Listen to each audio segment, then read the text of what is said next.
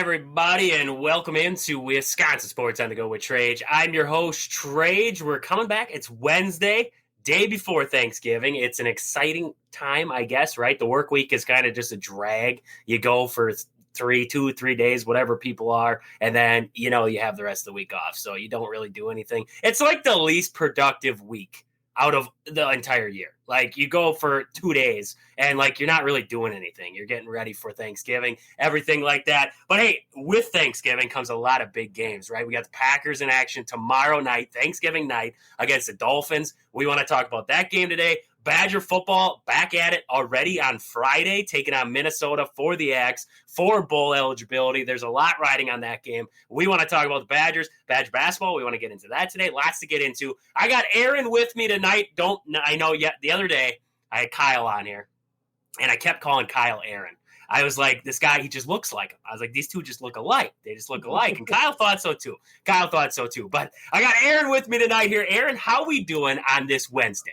You took the words out of my mouth already. I mean, we're very interchangeable. Like, if you blink for a second, it's like a stunt double. You know what I mean? But no, doing pretty well. Yeah, like you said, it's weird, right? There are a lot of jobs out there where it's like you're off Thanksgiving, then come back to Friday, and then off the weekend.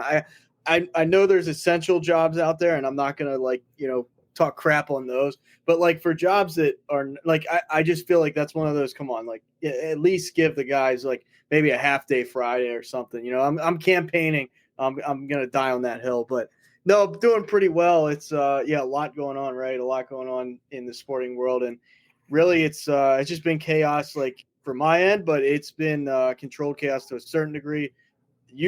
Wisconsin basketball, man. I know we'll get into it, but I know you're riding high on that. You got to be riding high on that right now.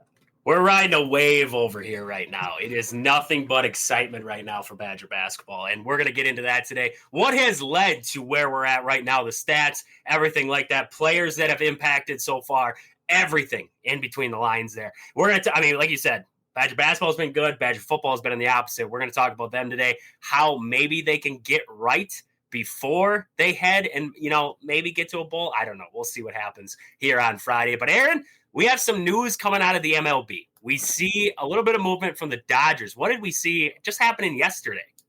Yeah, right. This is kind of the biggest domino to fall, at least in the pitching market. I mean, we're still waiting on Soto. We talk about that every week, but for position players. But Blake Snell, the 1-year giant. Now, Scott Boras secures the bag for him this time. I mean, if you remember last season, the Yankees had the opportunity. I mean, they threw a big offer at him. Thankfully, he didn't accept it because looking back, maybe that's the difference between them, potentially competing for that World Series, pushing that series longer. So, yeah, long story short there, Dodgers, Blake Snell, 5 years, $182 million. A lot of teams were in on Snell, the Giants, the Orioles, the Mets, to name a few. I've seen other, teams kind of mentioned a little bit, but those are the ones that have come up, at least more than once that I've seen.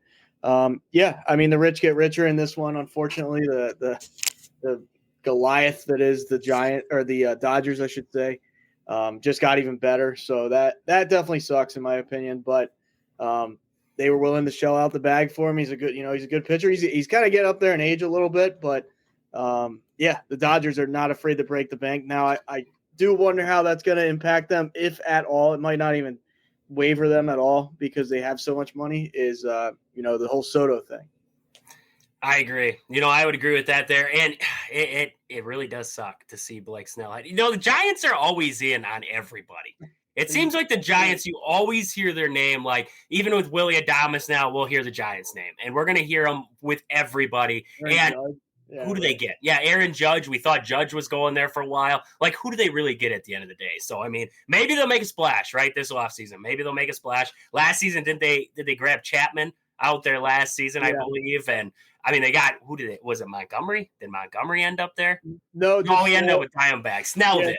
Snell was there, yeah, but – they're always in on everybody and don't get anybody. It's just the Giants' motto. Yeah, and I feel like, when they were ripping off all those World Series, maybe they just hit on draft picks better. They just back then they were never a team that was buyers. They were never huge buyers, but they had good, like they were almost like the Spurs of like baseball, because they're just like fundamentally, like they didn't make errors. They were a good base running team. Like they just played smart. But it's been quite a while since the Giants have been there. So maybe they feel like they have to reach now and get one of these guys. And they don't really move the needle, especially in the NL West anymore. They hang in there for, till July, August, it seems like, and then they just completely taper off and become a non-factor. So I don't know. I mean, you got to be kicking yourself, I guess, but we'll see how this offseason, plays out. They're not going to get like Soto or anything. I mean, I'd be shocked, but I'll be curious to see if they do anything, major, which they're going to have to. I mean, look who just got him. Like literally the team you're chasing just got better. So now if you sit back and expect all your farm pieces to produce at like the Dodgers level, that's just going to be really hard. It's going to be an uphill battle, I think. I miss Hunter Pence. That dude, he looked like he just snorted a line of coke in the dugout and then walked out onto the field and just started swinging. Like, that guy was wild. I loved it, though. I loved it. His eyes were like, bam. Like, wow. Like, this guy's just crazy out there. We do have, in the comment section there, Brantley Gilbert over there on Twitch. He says, I don't think Blake's worth that much, only $110 million at max. I mean, yeah, that's the thing, though. You look at guys nowadays. Is anybody really worth the dollar that they're making, some of these guys? Probably not. No. But it's the market. One guy sets a market, and then you got to give close to or that or more than that to get the next guy. And the market keeps growing. It gets bigger. And now we see deals like Shohei Ohtani, Juan Soto is going to get. I can only imagine if Aaron Judge were to become a free agent, what he would get in his next time around. I mean, it would just be ridiculous. So lots of interesting stuff going on in the MLB offseason already. Is there anything else happening out there in the MLB? Anything worth noting? Okay, so let's just another pitching, guy, or another pitcher in the league that people are chasing now. I guess the next guy out there, I'm not sure. There's probably some other names that we haven't really gotten into, but Garrett Crochet. There's 3 teams that are rumored to be in on Garrett Crochet right now. Take a gander, or just an educated guess, I should say, is who are those 3 teams? I think 2 of them probably surprise you, at least 2. Yankees are not one of them. Now, I'm sure they are. It's just they're not like in your face. They're not being mentioned with the top teams in on him right now. NL or AL? So 1 NL, 2 AL, and 2 are in the same division. Wow. It's very surprising, I think. But Red Sox. That's right. In the same division there. Red Sox and not the Yankees. Blue Jays always need pitching. The Blue Jays. It's not the Blue Jays. Is it the Tampa Bay Rays? It's not the Rays. Wow. Who else am I missing in that division? There's one more. Baltimore Orioles. Yeah. The Orioles are trying to replace Corbin Burns already with Garrett Crochet. I guess so. I mean, that's it. They were in on Snell, which I'm like, wow. I mean, just the fact they're being mentioned with these teams. The Brewers are always in on. They're always in. They were in on Juan Soto too. They're probably in on Juan Soto this time around too. Yeah, but yeah, Orioles, and then you said Red Sox, I think, right? Yep, Red Sox. Yeah, Orioles and Red Sox. Now, who's the third team? Should be NL, dead giveaway. Can't say anything more. Dead giveaway? Is it the Dodgers? It's the Dodgers, yeah. That's just stupid. Imagine if they get I mean, I don't know if you remember when the NBA was like, no, Kobe, you're not bringing Chris Paul to the Lakers. Like at some point, the MLB wants to say, okay, enough. The Dodgers are too loaded. Like if they get Garrett Crochet, I mean, you have Glasnow coming back. You have Walter Buehler. Obviously, Blake Snell now. Like it's just like, dude, give it a break. Like there's no controlling unless you can control the players union, and good luck with that. I mean, that's kind of where we're at right now. So it's getting too much though. It's already too much, and now it's like, wow. That's the disastrous world that is big money baseball right there. And I know it firsthand with them Brewers. So that's where we're kind of at this moment. So some good news there around the MLB. I mean, hopefully Blake Snell pitches well. If you're a Dodger fan out there, hopefully he pitches well for you. For everybody else, we hope he sucks. All right, so that's where we're kind of all at right now. We'll see what happens. We'll see what happens there. But Aaron, let's get to one of the main things we want to talk about. And first off, let's talk about this Badger football game we have coming up on Friday here against Minnesota. I don't know. My biggest question is, how big is this game outside of just getting bowl eligible? So, this game has a lot riding on it, right? Badgers win it, they become bowl eligible. We all know that. Keep the streak alive, everything like that. Like, that's fantastic. But how big is this game program-wise for the Wisconsin Badgers?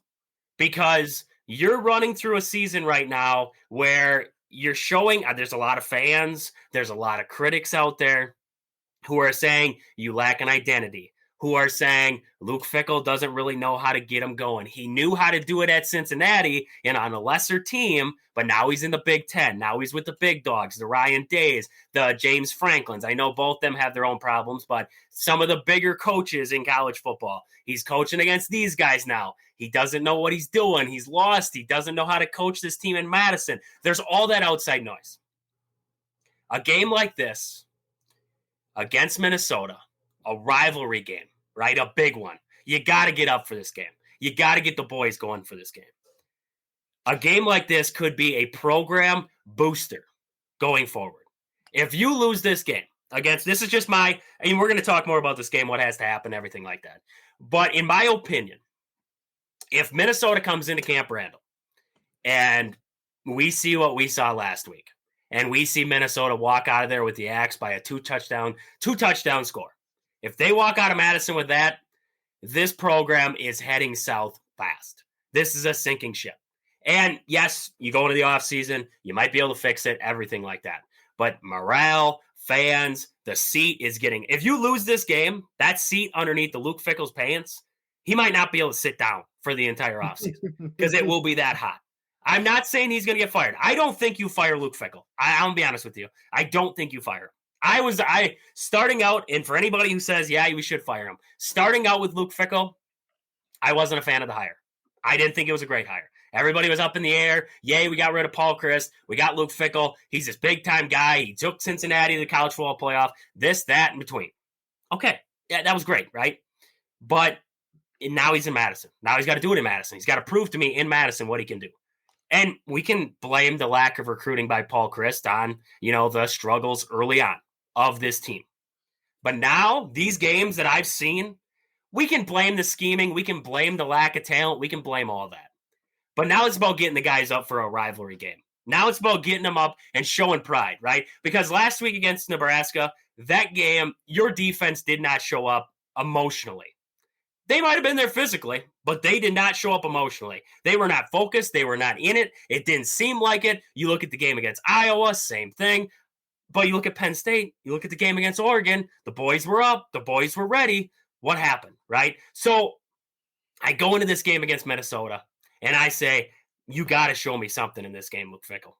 Game management, everything else, your team has to show me something. If you lose a game just despite the talent, if it's the talent that loses you that football game, okay, I'm fine. I walk away from that fine, right? I'm not Penn State. I'm not Oregon. I'm not Ohio State.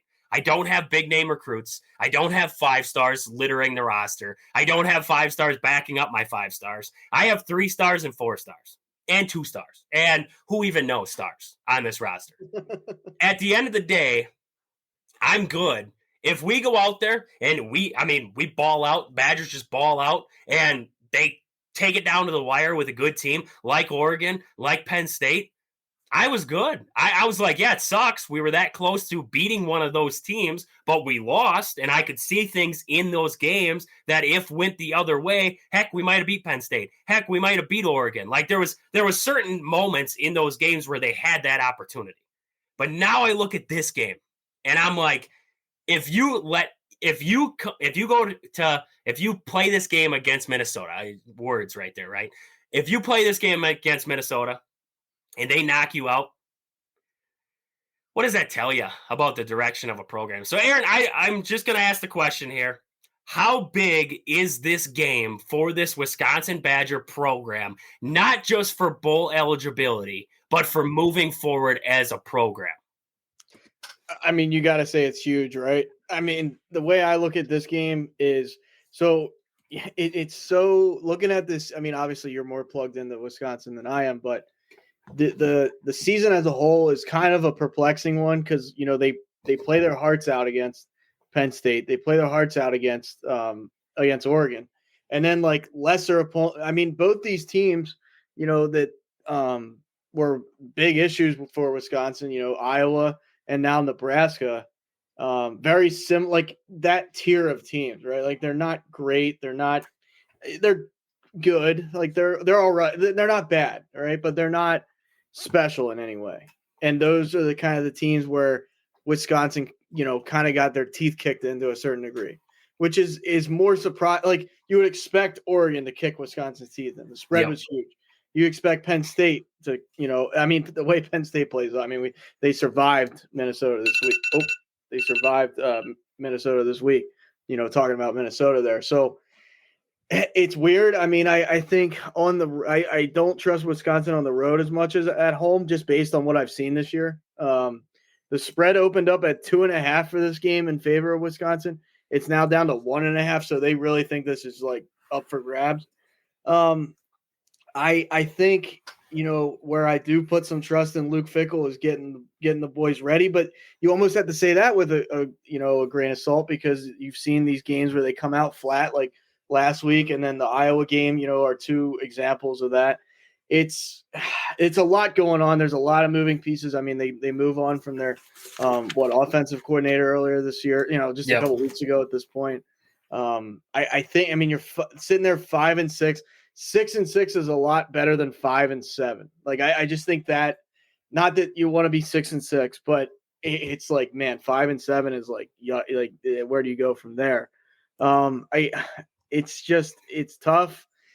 Like saying it's all, like you said, it's tough saying this is all Luke Fickle's fault. I mean, you've made the argument a couple, many a times. If they had a quarterback, they probably have 2 or 3 or 4 more wins, like somewhere in there, 2 to 4 wins, and who knows who it's against, but like they find a way against maybe a Penn State, maybe an Oregon, and maybe one of these other games, Iowa and Nebraska. So you can say that. Like there's just so much to this season, I think, for Wisconsin. Now, I think if you lose a close game at home, it's still bad. I still think it's just a bad look because, like I said, 5-7 just excuse me, that hurts. It's you're playing in Madison, Minnesota. I mean, I just saw firsthand Minnesota is kind of like, wow, if they get some momentum, like they're a tough team. You were telling me that all week, and I didn't want to hear it, and I was like, and I didn't want to hear it during the game, but I have to at least admit it, right? They do definitely come out firing at times, and they're a physical bunch, and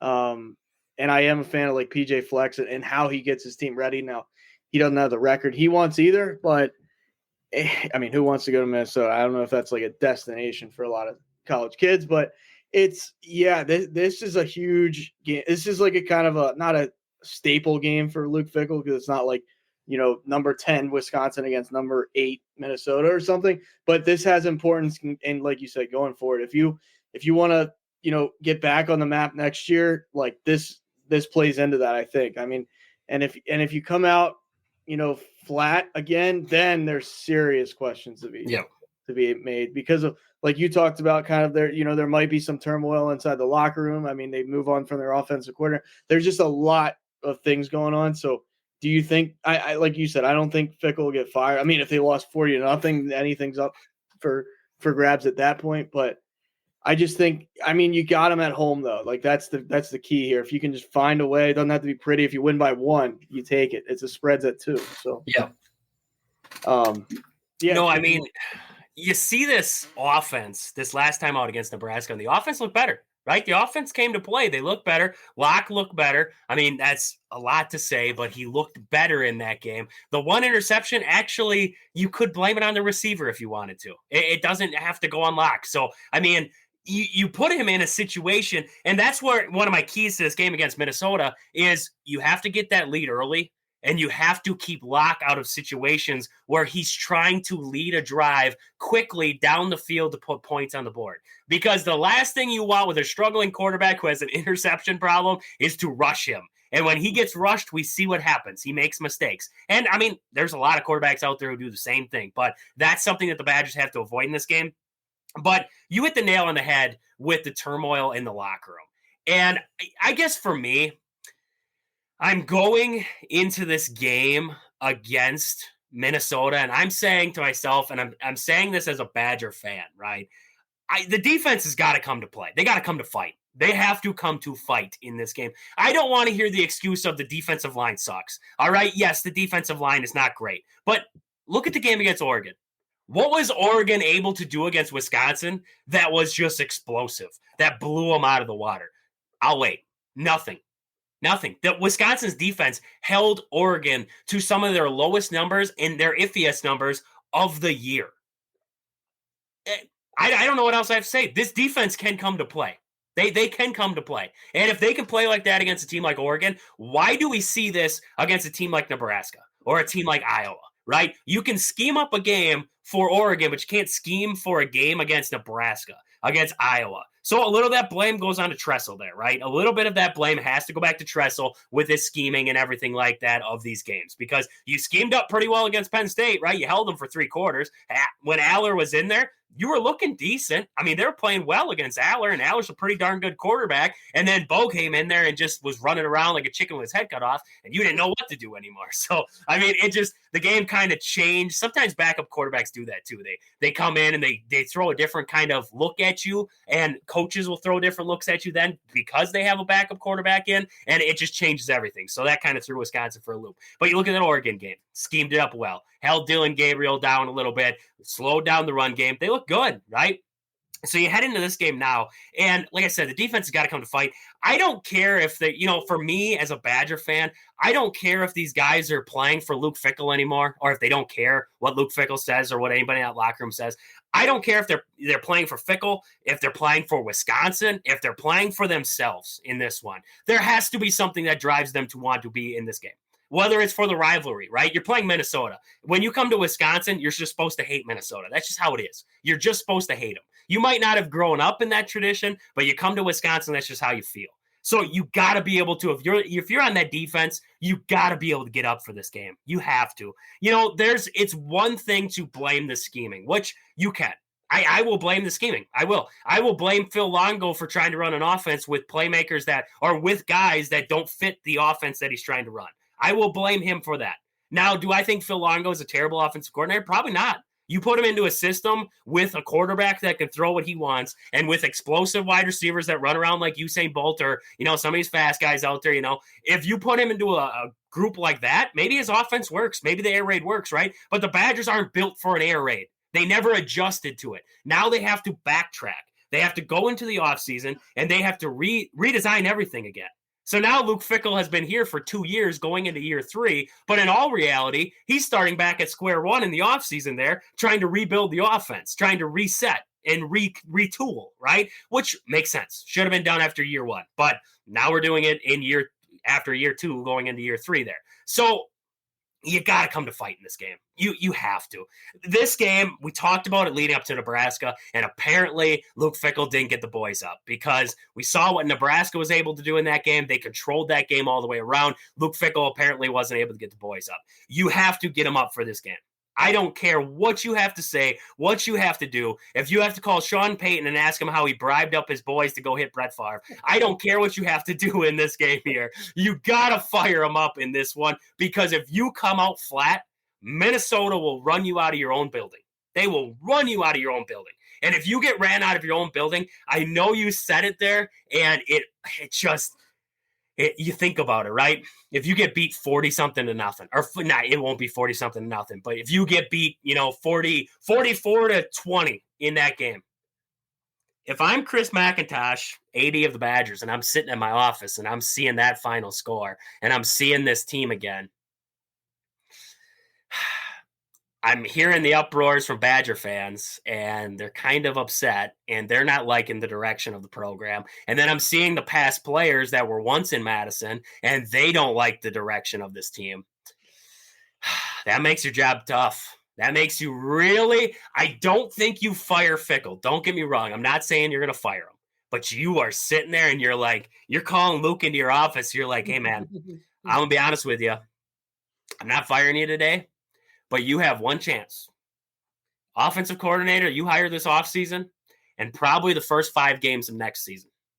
And I got to be honest with you, because that's where I was kind of at thinking about it. I was like, if this Badger team comes out next season and they start out like 2-4 and it just looks terrible, like, I don't care. Next season they play Alabama. I think they play, I think they have Ohio State on there too, Oregon. They have a gauntlet of games they have next season, I'm pretty sure. And from what I saw, and it's not going to be easy, right? So I'm not expecting the Badgers to all of a sudden just mount 12 wins. Like, that'd be wild. I don't think they're going to have 12 wins. But if we see this again, if we see 5-5, 6-5, 5-6 at the end of the season, I mean, why would you want to keep a guy around who's keeping you stagnant? Yeah, he's getting you 5 wins. Great. He's getting you 6 wins. Great. Like, that's great at the end of the day. You're getting 6 wins. But in those 5 losses, you look terrible. You look like 40-10 against Iowa there. You look like you were 44-25 against Nebraska. Those are your measuring sticks. I don't think Wisconsin, they might one day, let's just say it for a day, right? They might beat Penn State. They might be better than Penn State on that day. They might beat Penn State. They might upset Ohio State. They might upset Oregon, right? There's a possibility that happens. But on a talent level, I don't know if Wisconsin will ever get to those marks.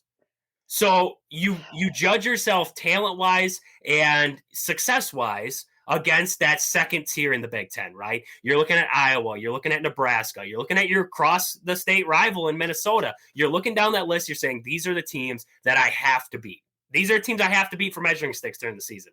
And if you lose games like that to the scores that they are, I mean, what does that tell you about a program? Which direction are you heading? You're not heading in the right direction at that point. Did you see the schedule for next season for Wisconsin? I seen you were looking it up. Did you find it out? They don't have like the official schedule, but they have the opponents, right? So, oh boy. You want to start with road or home? You're gonna just throw them all at me because I know it's a gauntlet. I know it's a gauntlet. What I found is like the only thing I can really find. I mean, I can go back into Google, but they won't have probably those 2 mid-major or whatever non-conference games that they usually play early on. Right. All I saw was like the Big Ten opponents. I don't know why, but this is the Big Ten. So you have Illinois, decent team. Iowa, decent team. Yep. Maryland, we don't know. They just fired. Like, they just went through a rampage of firing, so they're a question mark for next season. Probably not great. Ohio State at home, and Washington. Who knows how Washington will be too? They're like a Maryland. We just don't know. Always tough though. Always tough. Yeah. Both even Maryland. I mean, Maryland ran Oregon to the wire too. Like, you never know. So all those home opponents are decent at best. At worst, I should say. Big Ten road opponents. You have Indiana, which, I mean, we can kind of get into that game that transpired, but you expect them to be decent at the very least. Then Michigan, which you don't know. Minnesota, we're banging the drum on Minnesota again. And then Oregon on the road, which is that's tough. That's about as tough as that is a gauntlet of a schedule, right? So, and that's what I'm saying is I'm not expecting the Badgers to win 9 games. If they do, great. Because Alabama is also on that schedule because they have a home and road away. They have a home and road, so they go to Tuscaloosa next season there and play Bama on the road. And who knows what that's going to look like. Yeah, listen to this one, right? This is their – because I found it now. I went on the Badgers website. It's not as good as this hook up here on footballschedule.com. But so you start the road at Miami of Ohio, Big Ben's alma mater. But it doesn't matter. They're not – I mean, who knows, right? Who knows? It's early season. You never know. Oh, we got ads popping up there. Middle Tennessee Blue Raiders in with Madison. You start out at home on both those. That should be a 2-0 start to me. I mean, I'd be shocked if it wasn't. Then, like you said, at Alabama week 3, that's tough. Oh, boy. And then, like, it doesn't get any – this is just – this middle of the season is going to be – I don't know who made the schedule for Wisconsin, but they hate us. They look at Indiana this season. This season for Indiana, they're like, you can have all these games, and then we'll give you Ohio State at the end. And then Wisconsin's just like, here's a gauntlet, boys. Go get them. Like, let's go get them. You got them. Yeah, and the thing is, you want, starting out a season, like Penn State's always on the road week 1, and James Franklin complains and cries about it. But their schedule this year at least was pretty favorable. But like it's weird, right? Like this is a weird okay, so you give them those two, fairly easy, I would think, games, right? Then at Alabama, then at Indiana week, the next week. And you never know. You Plus never know. playing in Indiana, that's rough. That's tough. But Indiana has to kind of prove, you know what I mean? They had not taking anything away from them this year, but we'll see if they continue to build on this or whatever. But you expect that to be a hard game because of the way they are this year.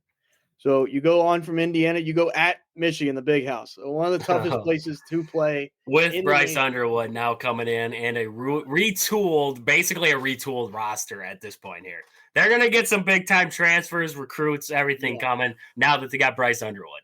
And Portnoy's trying to buy everybody and bring them into Ann Arbor, so that sucks. I mean, those 3 games, I mean, you look at, like, in your heart of hearts, you probably think you lose off. I mean, not saying they will, but like it's hard to see a clear path, and like just depending on what these teams look like, but with Wisconsin how they look too. But then next week is at Minnesota, so it's like, man, they hard place to play. Like you said, they're a tough team. No matter what, they're tough. And playing for the Axe in the middle of the season after that gauntlet of a schedule. Right.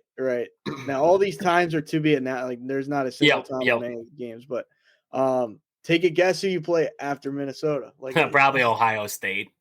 They'll just throw them in there. At Oregon. At Oregon, even better. We'll go to Oregon. That's okay. We'll go to Oregon. Take on the Ducks, and then we'll go back home and we'll take on Ohio State just for fun. No, that would be like they would just do it to us. Just bury them right mid-season. So once you survive all that somehow, we'll see what happens. You never know, but man, that's about as tough as it gets, you would think. You come home against Illinois, who is never an easy out. I mean, under Brett Bilova, they've kind of been, they flirt with being ranked, then they're non-ranked, then they're ranked. Like they're not a bad team, so that'll be not easy, I would expect. And then Iowa, never easy. At least you get Iowa at home. What's weird is they finished their last, according to this, their last 5 games are at home. That's kind of like very.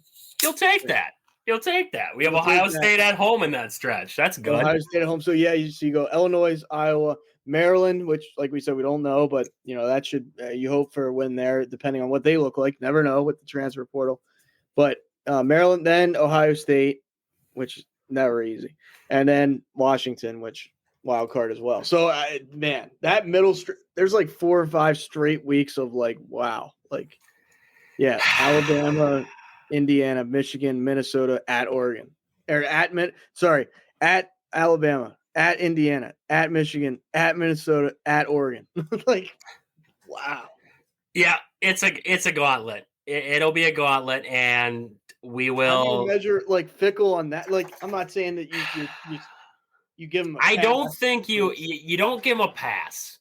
You don't measure Fickle on wins and losses, I would say, and I know that's still so. It sucks to say, but you don't measure them on wins and losses. You measure them off of how did your teams look in those wins and losses. Because I think the biggest problem that Badger fans, me being a Badger fan, the biggest problem that I have is that these losses, the Iowa, the Nebraska loss, those losses are ugly. Those losses, you look like garbage in those losses. I was good with the Oregon loss. Like, you lost 16-13 to one of the best teams in the country, could be the national champion when it all is all said and done. And you might have played them closer than anybody but Ohio State. That's a statement, right? That's a good loss at that point. The loss to Penn State, I know it's so stupid to say a good loss, but that's the thing, right? A good loss. Penn State, you lost 28-13, 28-14, whatever it was. 28-13 was the final. And I mean, you were in that for 3 quarters. You threw a pick six, turned the game, all went south. You couldn't score yourself. Problems, right? So it's going to be defined on what does the team look like? Do they look like they quit on Luke Fickle? And what does this new offense look like underneath of so-and-so? What does that offense look like? What does the defense look like? What do you do with your quarterback room? It's going to be all those things because we're not sitting here questioning recruiting. The recruiting looks good. for Luke Fickle. The recruiting class looks good. They're not great, but they look good. I think they're ranked in some rankings 22nd in the recruiting for 2025, and in some they're 15th. So, I mean, you look at the recruiting, you're like, that looks good. You just got Carter Smith, quarterback there. I mean, you're feeling good, but now you got to see it on the football field. Now you got to see it next season there. What do they do in the transfer portal? Because this last time around, you added linebackers, they stink. You added guys on the defensive line, they stink. So now what do you get out of the transfer portal this next offseason that's going to boost what you have now? We'll see what happens there. So we do have a couple comments in the section here. Bradley Gilbert, we'll get to your Bo Nix talk there later on. But if you're fighting for the axe for the Badgers have to step up to beat Minnesota because they are a good team. It's going to be hard, but I think they can pull it out if they can do those things. I agree 100%. It's going to be who comes to fight in this game here. And Brantley, I think Aaron is having a great time because he's a Penn State fan laughing at the Badgers. I think so too. I think he just feeds off of our sadness on this side. I honestly don't. I have no ill will whatsoever. There's no reservation against Wisconsin. And I'm never going to laugh until we can. I mean, we're the laugh. Like, we are the stepchild to Ohio State. I hate it with a passion. I hate it. It's almost worse than, like, I wish we'd be middle of the pack one of these years just to, like, shake things up or something. I don't know. I like the fact, the offensive coordinator has been good, but I'm sure he'll get a head coaching. Like, yeah. It's just Penn State offensive and defensive coaches never last long. They just get plucked, and Manny Diaz is at Duke now. So it's hard to sustain consistency Penn State's done it the last 2 to 3 years, but we're still not. James Franklin talks about good, great, elite.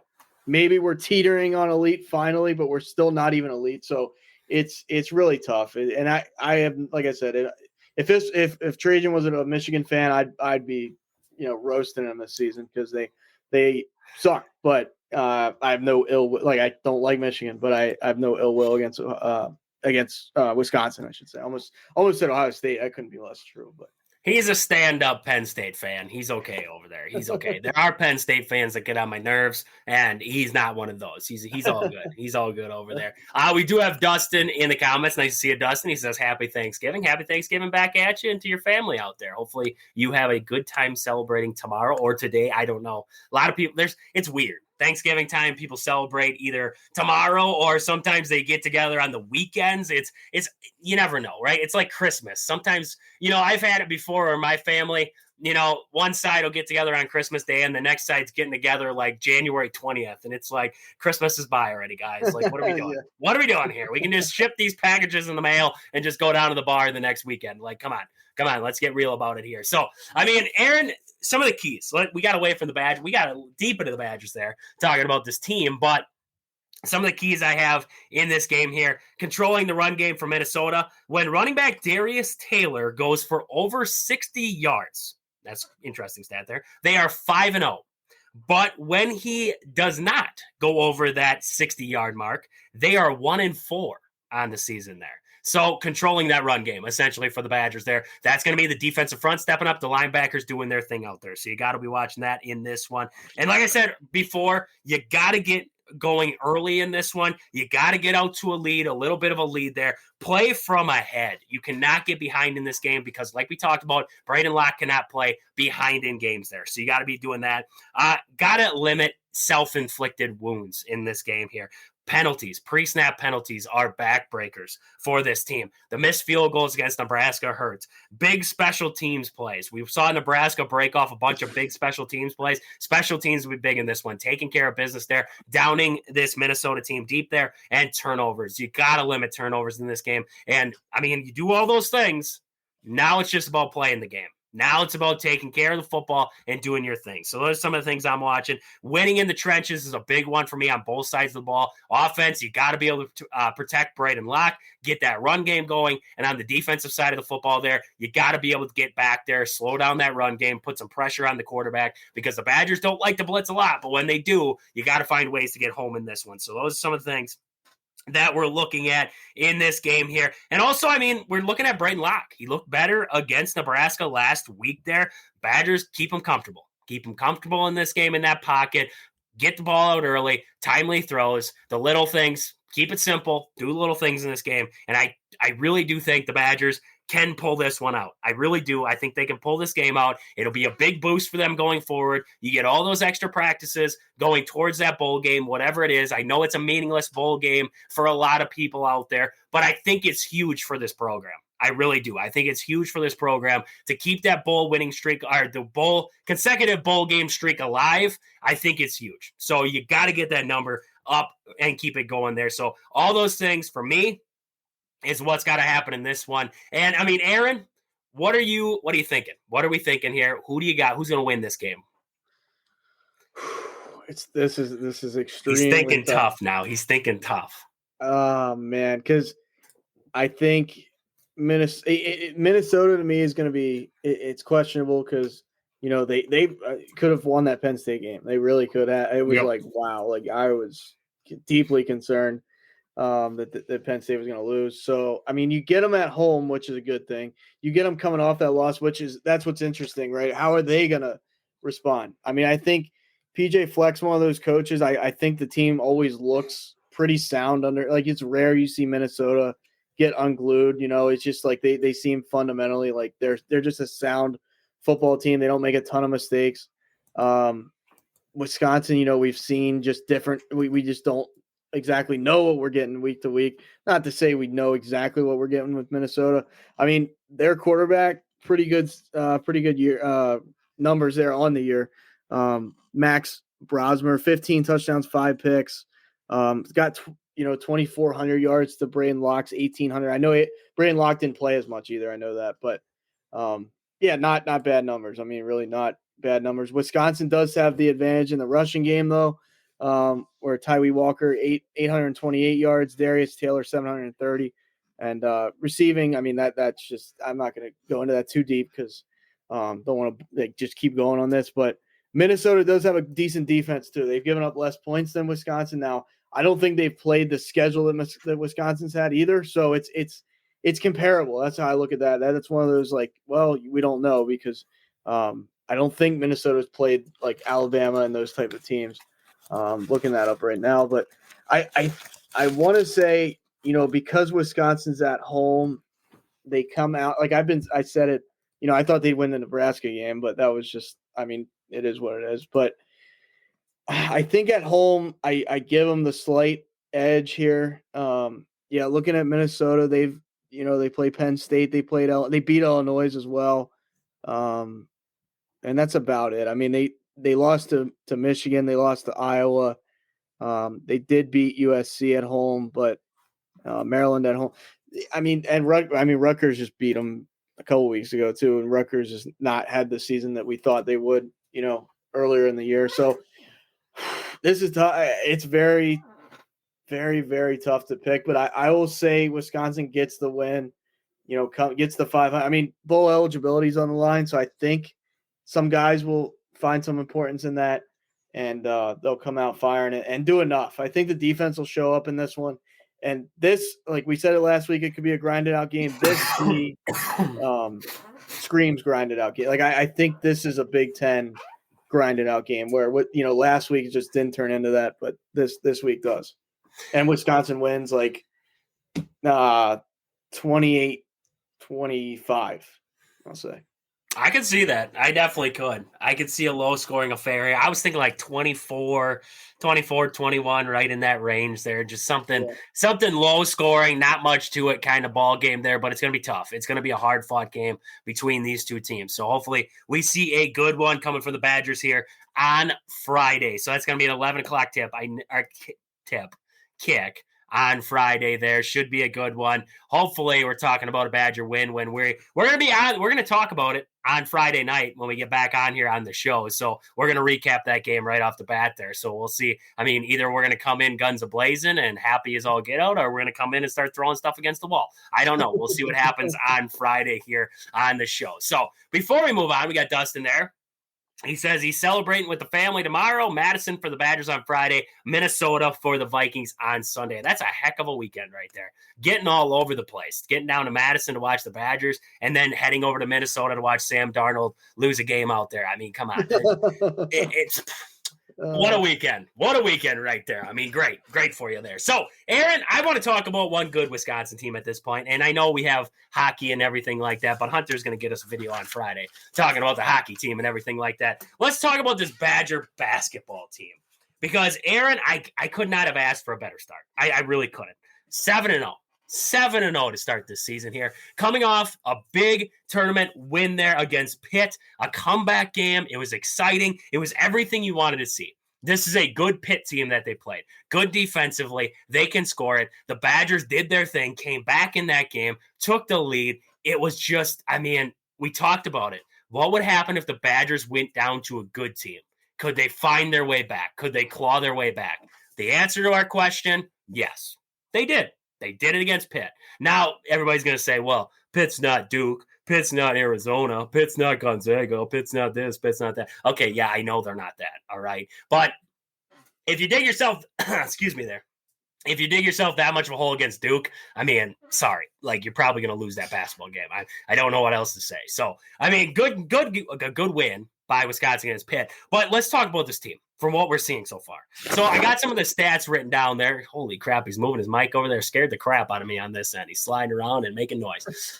So let's look at some of these stats for this Badger team, what we've seen lately, or to start this season that have just been kind of eye-opening to what this team's been able to do this season. So right now in the country, they're ranked 31st in points per game at 86.9. And I know everybody's like, well, that's 31st. That's not that great. You got to remember, we're talking about all Division I teams at this point. So when you're talking all Division I teams and you actually look at the rankings for this, there's teams up at the top of that list that you will not hear about when it comes to March Madness. These teams are irrelevant to the big landscape of college basketball, and yet they're up there near the top. So 31st in points per game at 86.9 points per game. This is a Badger team that used to beat team 50-something to 40. That's how they used to play the game. Now they're scoring at a clip where they're averaging about 86 a game. That's impressive for what we've seen so far. So you got to love those stats. The flip side of that, they've given up about 71.6 points per game on the season. So you take you're scoring a lot, but you're giving up a lot. You're okay, right? You're okay with that. But now you got to see this team defend, which they did in a close game when they played Pitt. They still put up 81. They slowed them down, held them to 75 there. Question is, when you do play in some of those games, can you hold some teams down? Because you're going to get into the Big Ten play where teams like to slow it down. It's a little more gritty basketball. What does this team look like at that point? Are they still able to score at this high clip? And when they can't score at that high clip, can they slow this opposing team down enough where they are able to still win that game? So that's something to keep an eye on there. But so far, so good, and impressive stats there in the points per game department. 86th in field goal percentage at this point. They're shooting about 47% from the field. That's pretty darn good. They're about 50% from the field on the season so far. You'll live with that. You'll live with that there. So I love that. 107th in three-point attempts on the season with 25 per game at this point. Three-point percentage, they're sitting at about 36%. Not terrible. For a team shooting 36%, that's not terrible at all. 103rd in the country there at 36%. That's not bad at all. They are 11th in free throws made at 21 per game, 24 free throw attempts per game there. And they are first in free throw percentage in the entire country. They are first in free throw percentage at 86.5% on the season. So all those offensive stats, you love those.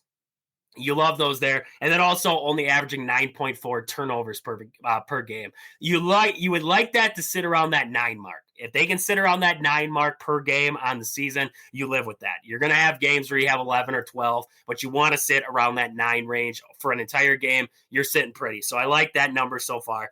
Looking at the defensive side, field goal percentage against them there, 42% on the year. I mean, it's not great, but it's not bad. It's right there. So defensively, been doing a good job to start out the season so far. 7 3-point.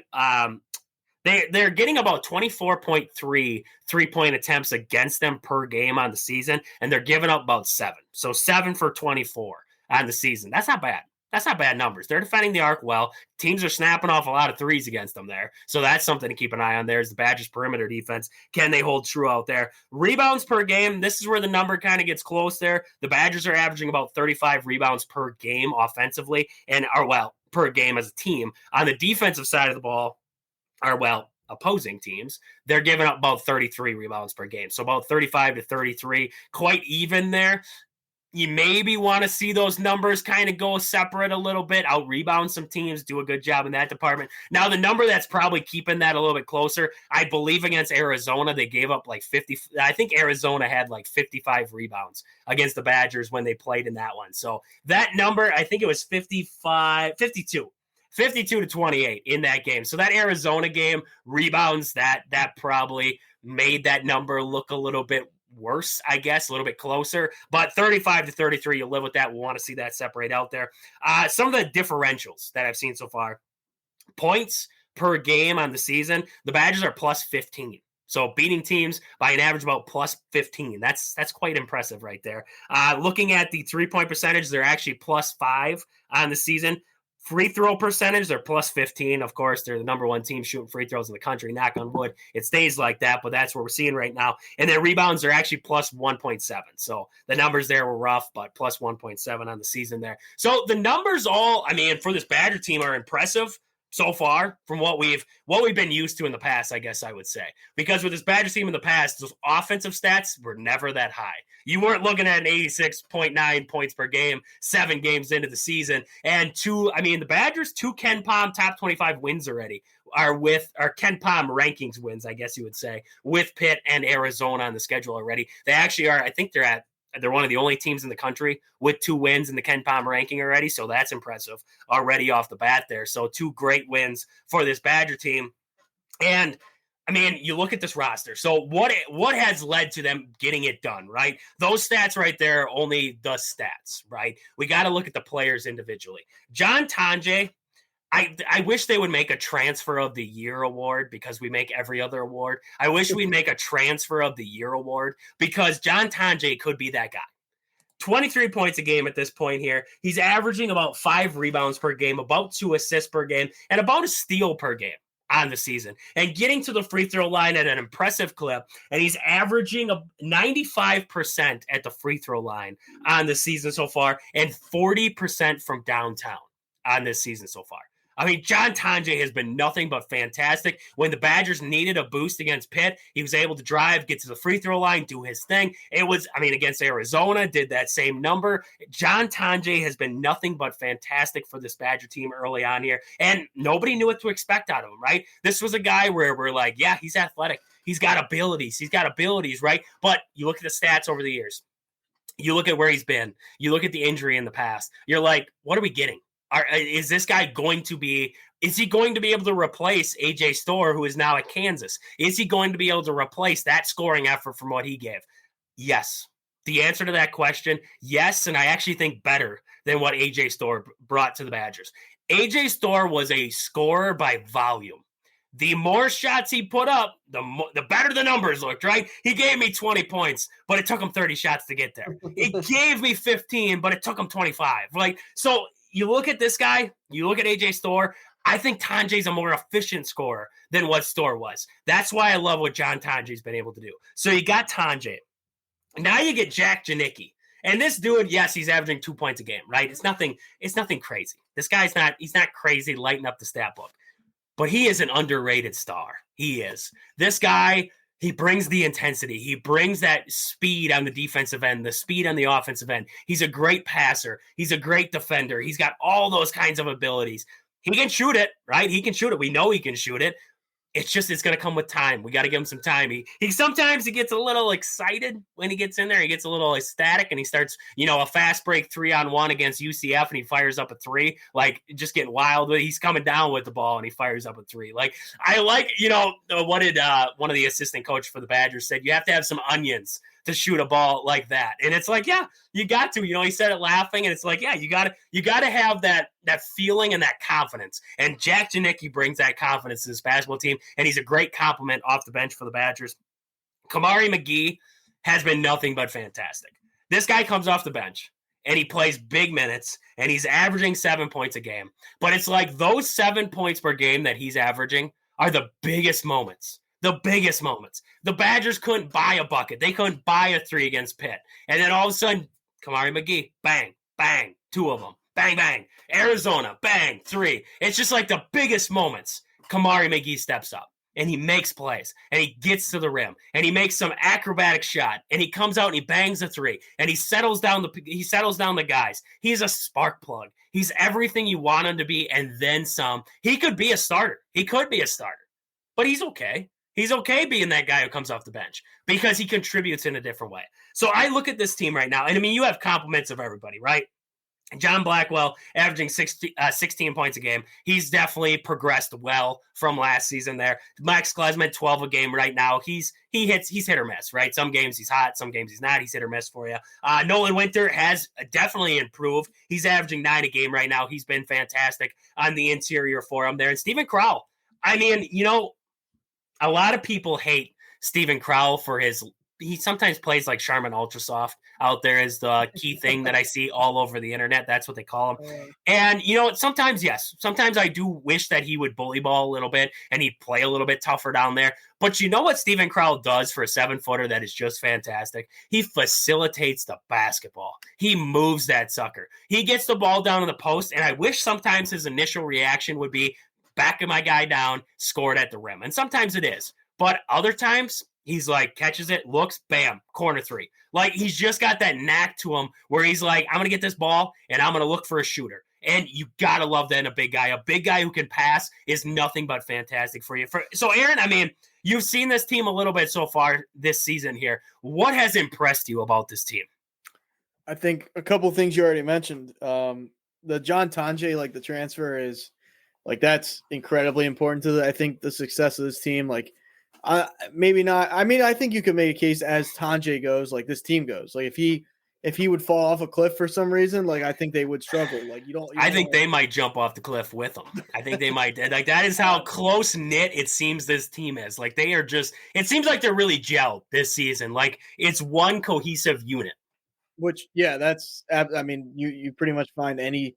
I mean, look at the Dodgers. It felt like that was a very close-knit team. Like, you look at teams that win, and that's usually more times than not like a key characteristic of those teams. It's just the team chemistry as a whole. I think what you also said with, like, the free throw percentage that they're shooting. I mean, first in the nation. There's no one better doing it. So if they can – I'm not saying they have to be first all year, but if you can stay within, let's say, top 5 ideally or top 10 at worst, that always gives you a chance to, because you know how these games go. Like the last couple of minutes, it turns into just foul crazy sometimes. So like that matters immensely. And like the fact that Wisconsin can do that, and then you point out the fact this Pitt game they were trailing. It shows some grit. You know what I mean? I know it's still early in the season, but you never know how a team's going to react. Though getting kind of beat up a little bit here and there. And they hang in there and find a way to win. Like that. That's there. You're starting to see things that a very good team does, not a good team, like a very good team. So if you can start to build on that and continuously, I'm not saying go freaking undefeated, right? There's going to be, you're going to hit a bump in the road eventually. So far so good. And those key things like Tonje, I mean, you mentioned other players, obviously it's not just Tonje, but like him being, a standout, and then the free throw percentage being as good as it is, key things there. Yeah, no, 100%. And you just love what you're seeing. This was a team that was picked to finish 12th in the Big Ten this season, 12th.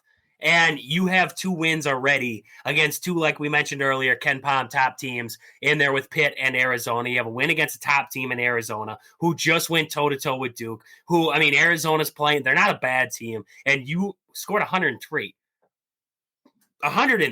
against that team. And you're showing things this season that you haven't shown in Badger basketball ever. I mean, we're looking at the points per game. We're looking at the amount of threes you're shooting, the field goal percentage, all those things. Yes, I mean, the 2015 Badger team that went to the national championship, that was a great team. They didn't even put up numbers like this. They weren't averaging this number. Now, I'm not going to say that this number is going to stay, right? I don't foresee the Badgers getting into the Big Ten play and they're like averaging 86 points per game in the Big Ten. Like that's tough. Like the Big Ten's tough. So I'm not going to say that. But right now, this team is doing things that weren't expected. This wasn't supposed to be this good of a team or look like this good of a team. And right now for Badger fans, this is what we need because the Badger football team is depressing at this point here. So you needed something like this. And Greg Gard, I'm going to be honest with you. it speaks volumes to him as a head coach. Because I have given criticism to Greg Gard. Actually, after last season Nebraska game, I fired him. I fired him after that game. I had a big argument with one of the old guys on the show here, Rogan. He might come back on the show at some point here as this Badger season goes along. But him and I got in a big old spit about it. We were talking about it, and I said, you know what? I said, this team looks lost. I said, there's no identity. I said, this team they don't look good. And I said, Greg Gard is to blame for that. And I said, I would have fired him after that. And we had this big old argument about it. And at the end of the year, he looked at me and he said, right on the show, he said, you know what? You were right. He said, this team was just this and that and everything in between. And it kind of was like, okay, what is he going to do going into this season? And he changed. Greg Gard changed. Because what his philosophy was, not a lot of threes. We weren't shooting a lot of threes. We were trying to get it inside. We were trying to do this. We were trying to do that. This season, this team moves the ball fast. They're not afraid to fire up threes. They're not afraid that if we miss a three, we have to go back down and play defense and get the ball back, right? They're not afraid of that. They're just having a killer instinct, which comes from Kirk Penny. He coached overseas there. He's overseas. He brought that back with him. He's been fantastic for this team, and I think he helped change up this team. And I think it speaks volumes to what Greg Gard has done as a coach, is adapting to the new level of what college basketball is. And I can tell you this, and I've seen a lot of people talking about it on like Twitter and everything like this. I don't know what recruit wouldn't look at the Wisconsin Badgers right now and say, or not recruit, but transfer, right? I don't know what transfer would look at the Wisconsin Badgers right now and say, I don't want to go there because of this. What wouldn't you want to do here? You can look at these guys. Look at John Tonje, right? He came in and nobody's telling him not to shoot. Nobody's telling him not to drive. Not a single person is telling John Tonje how to do his thing. And look at what he's doing right now. These are numbers that nobody expected out of John Tonje. And he's been fantastic. You got this. I really do think that this season, if this Badger team continues on a progressive track, right, like you said, they're not going undefeated. They're going to lose some games, right? But say you go and you have, let's just say like 11 losses on the season. You end up with 11 losses, whatever that would add to in wins. I'm not going to do the math right now, but you're going to end up in the tournament with that record. You're probably sitting close to the top of the Big Ten. You look good throughout the season. Let's just say a transfer is out there, a good scorer, everything like that. They're trying to get themselves to the next level. Wisconsin's now in there. They're now in the conversation. Because before, always the argument was, why don't players come to Madison? And the biggest reason was, we can't show off our skill in Madison. We're not going to play fast. We're not going to do this. We're not going to do that. We're not going to be able to showboat. We're not going to be able to fire up threes and shoot at a high percentage clip and everything like that. Look at this team now. They don't care. They're doing it all. They're doing everything that Duke's doing, everything that, Kentucky will let you do, or Arkansas or wherever. They're doing all that stuff. So now what Greg Gard has changed this to be now is a hot spot for transfers, a hot spot for players out there. Now, I'm not going to say it's the hottest spot in the world, right? Duke's still the big powerhouse, right? And Gonzaga's still out there and everything like that. But I think it puts Wisconsin onto this transfer portal map now where guys are going to look at the Badgers and say, I can show off my skill set there. And I think that's going to help a lot with recruiting too, because we look through the years, right? Tyler Harrell was committed to the Badgers, ended up at Kentucky. Big reason why he wasn't going to be able to do what he wanted to do with the Badgers, right? They were probably going to make him sit for a year because they love to sit the freshmen, not play them right away, get them kind of built up before they put them into action. And, same with Con Knuppel. He's now out there with Duke right now. Some of these, bigger name guys coming out of the state there. Jalen Johnson, I believe I think he went to Duke too. There's a lot of guys that went to Duke, a lot of good players from Wisconsin there. But this might help bring those guys into the Badgers now because they can showcase their skills with this team within this offense. This offense is more of a NBA-ready offense versus what the Badgers were doing in the past. So, Aaron, I love the direction. I love the direction for the simple fact of it makes recruiting, it makes transfer portal ads easier because you can sell guys on a faster-paced, almost NBA-style-ish offense. Yeah, that's what you look to do. Like, I think, you can compare this to certain football programs out there. Of course, now I can't think of one, but, Lincoln Riley with USC. Yeah, that's kind of a pro style. Yeah, at least offensively. I don't think many guys defensively are making the trek over there. But, yeah, it's one of those, even like I can compare it to, how Penn State plays football, right? They just spread it out. They do all these crazy plays, right? That's what you kind of want to see if you're a player coming like a tight end. Now Penn State's become like a quote unquote tight end factory, right? And they got Tyler Warren. There were guys before him that weren't as good, but it's the same. You can apply like the same thing to Wisconsin basketball, right? Oh, you're a 3-point shooter. Oh, go to Wisconsin. Oh, you're a big man. You mentioned the big man on Wisconsin. Like you can go there, play your style of basketball, or go to a certain like USC and play your style of football. Like if you have that, it opens the door for so many more people to come in, where some of these teams, whether it be basketball or football or whatever it is, it's, one dimensional. We're going to do it this way. Like Michigan, right? Michigan is now, I mean, we'll see with the quarterback coming in, but like if you're a running back, you go to Michigan. Like that's just, you play behind a great offensive line. Now, if you're a receiver, maybe you don't want to go to Michigan, but same thing applies here, just in a different way. Is like, okay, if you're a point guard, go to, like, anybody can fit in with this current configuration of how Wisconsin is formed. And like, that's what you like to see. Like you said, I mean, there opens up the door to guys that are in the transfer portal. You can maybe bring in recruits easier because now it looks more like you said, an NBA ready offense. It's more of like, just play your game, not, play Wisconsin's way or play Duke's way or whatever. You know what I mean? Like, it's play your game.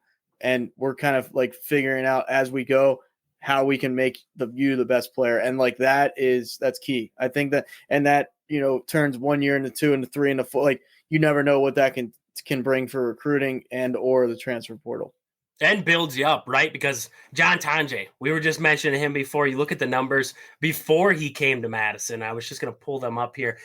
Played at Colorado State for his first 4 seasons, and not a whole lot of, not great numbers across the board. He did in his final season at Colorado State average 14 a game.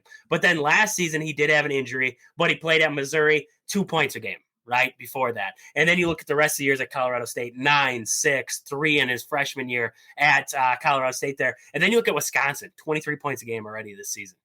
Just to see what they were able to do with John Tonje and help him become the player he is at this point, where he has won back-to-back, I believe it was Big Ten Players of the Week. Like, there aren't many guys who do that. It might have been, I don't know if it was Big Ten Player of the Week or if it was National Player of the Week. I'm wishing I would have remembered that stat for a fact now. I might be confused. It was 2 back-to-back, either National or Big Ten Player of the Week. But still, you love to see guys like that be able to step into a program here and just flourish. And that's what I think is going to draw in a lot of big-time transfers, big-time recruits into this Badger team. Maybe not big-time, but guys who could potentially be something, and you're going to be able to build something off that. So, like I was saying, I love what Greg Gard did to adapt to the new style of college basketball. And he knew he had to do it.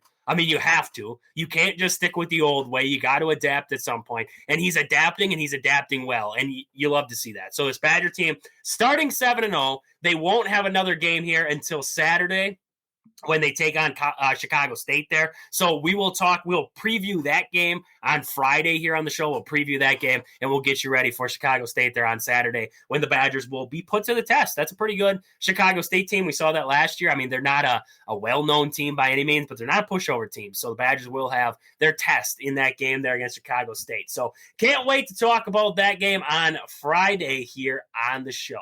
So, Aaron, let's just get to it. Thanksgiving blind ranking. Okay, Thanksgiving blind ranking.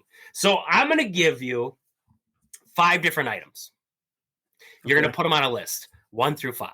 You don't know what the next one is. Got everybody out there, he does not know what the next one is. Okay, so I got this list over here. He can't see it. I can only see it. I'm going to give him the list. He's got to rank them 1 through 5.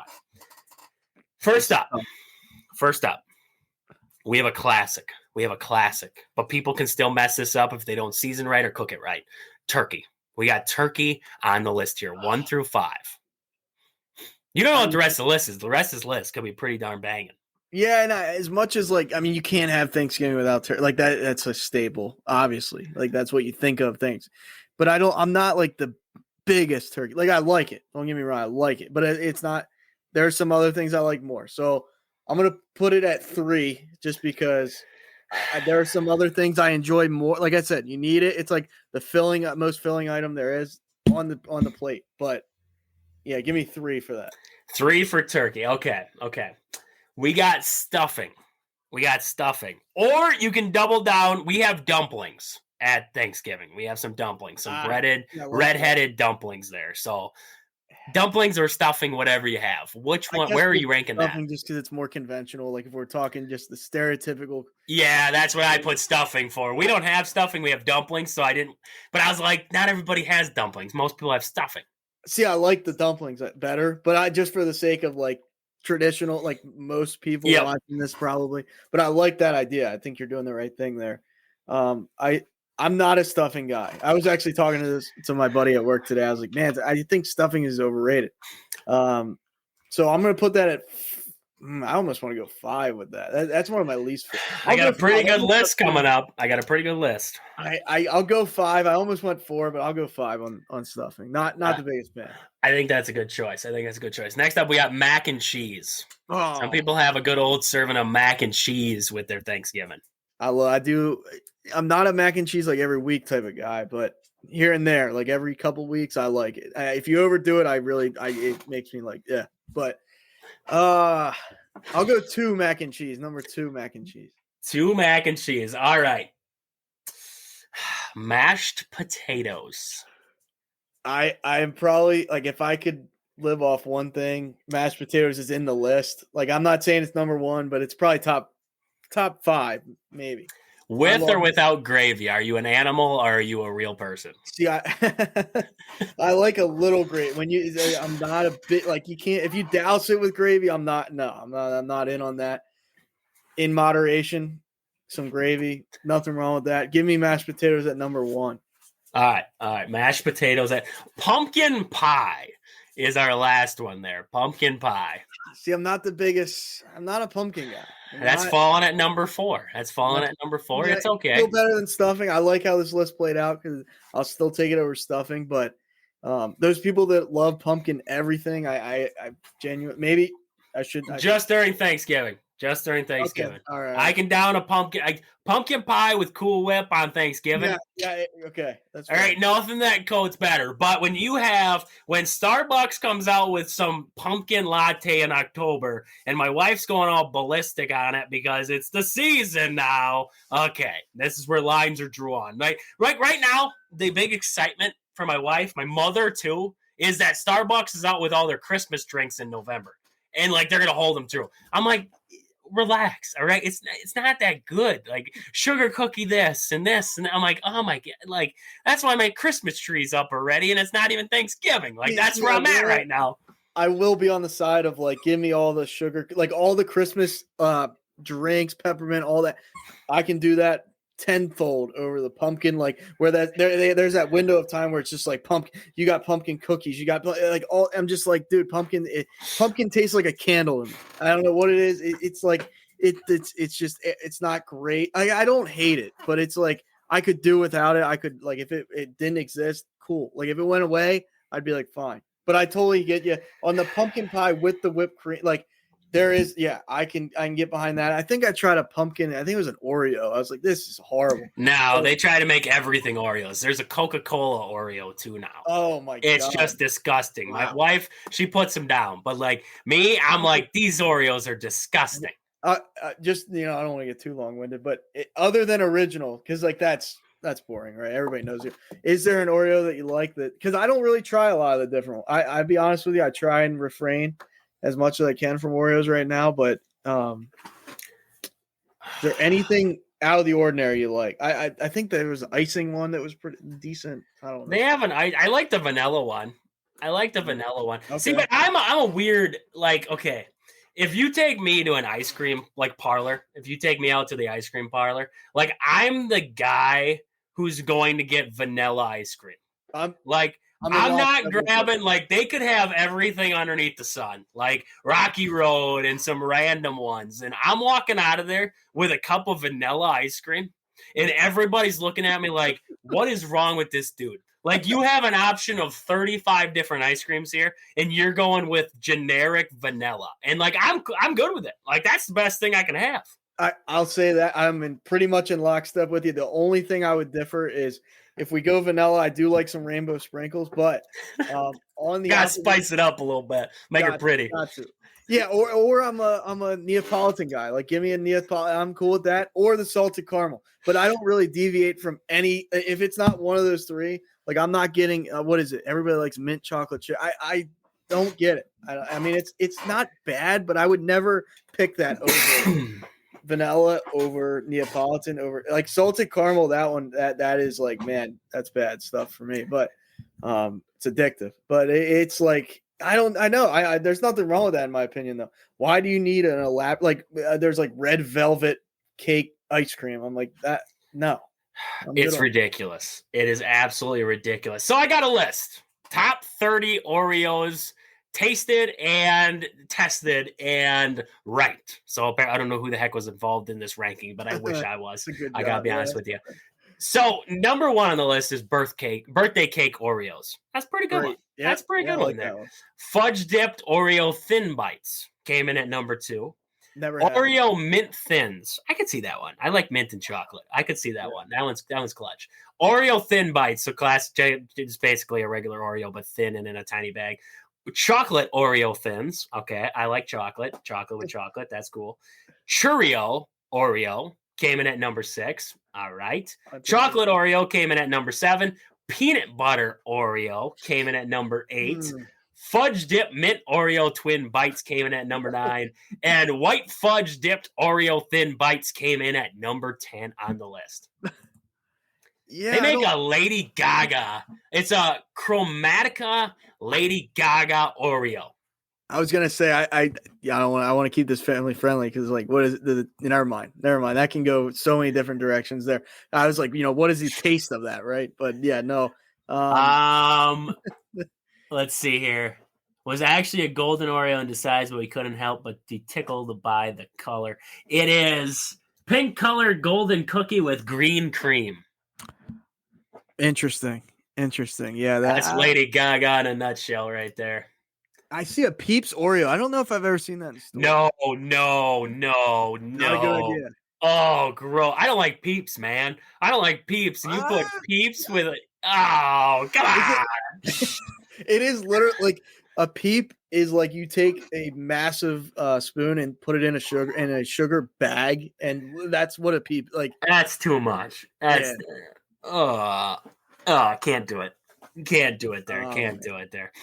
So let's get off the Oreo topic. Let's get off that. We hope everybody has a great Thanksgiving. And if you guys want to shoot us over your Thanksgiving 1 through 5, your top, if anybody is in the comment section wants to tell us your top Thanksgiving meal, what you love the most, let us know. Ooh. Let us know in the comment section. Let me ask you real quick, 10 seconds.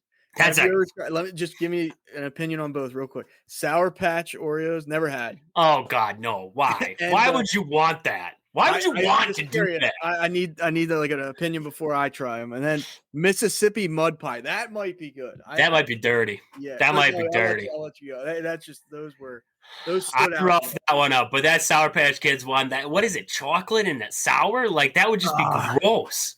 Yeah, Sour Patch Kid flavored cookie and cream. So the outside of the cookie, if the cookie is flavored like it, then it might make it better.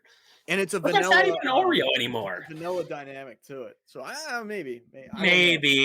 I'll let you try it, and then next show. Remind me.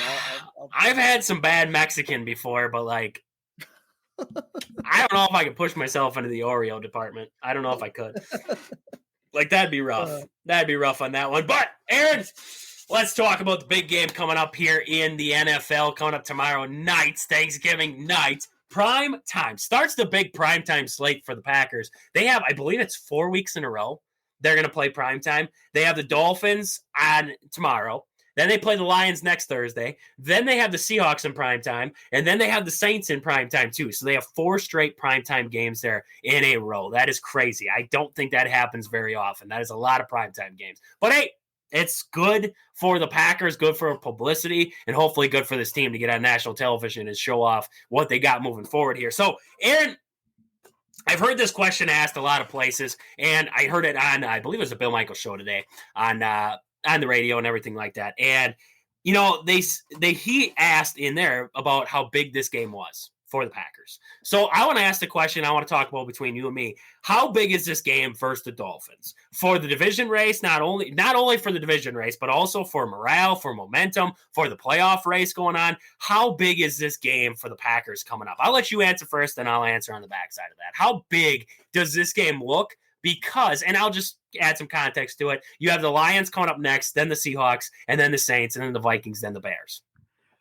I mean, yeah, every game I think at this point for seeding, like for division, for seeding, all that, looking at the playoff perspective of, all these teams, right? The Lions, the Packers, the Vikings, like just looking at that division specifically, all these games are big. And I mean, you grab the Dolphins at home, which Dolphins are they're playing to be in the mix, right, of the AFC. So they, as much as the Packers, want this game, I think the Dolphins are going to want it just – I mean, there's that cliche, like what team wants it more? But I think the Dolphins at least, like, they know psychologically, like, hey, we need to be in this game because, we're sitting here 5-6 and anything can happen with the seeding. And, like, you're not out of it by any means if you're the Dolphins there. So, like, flip it back to the Packers there. I mean, Detroit's in at 10-1. Everybody's already picking them.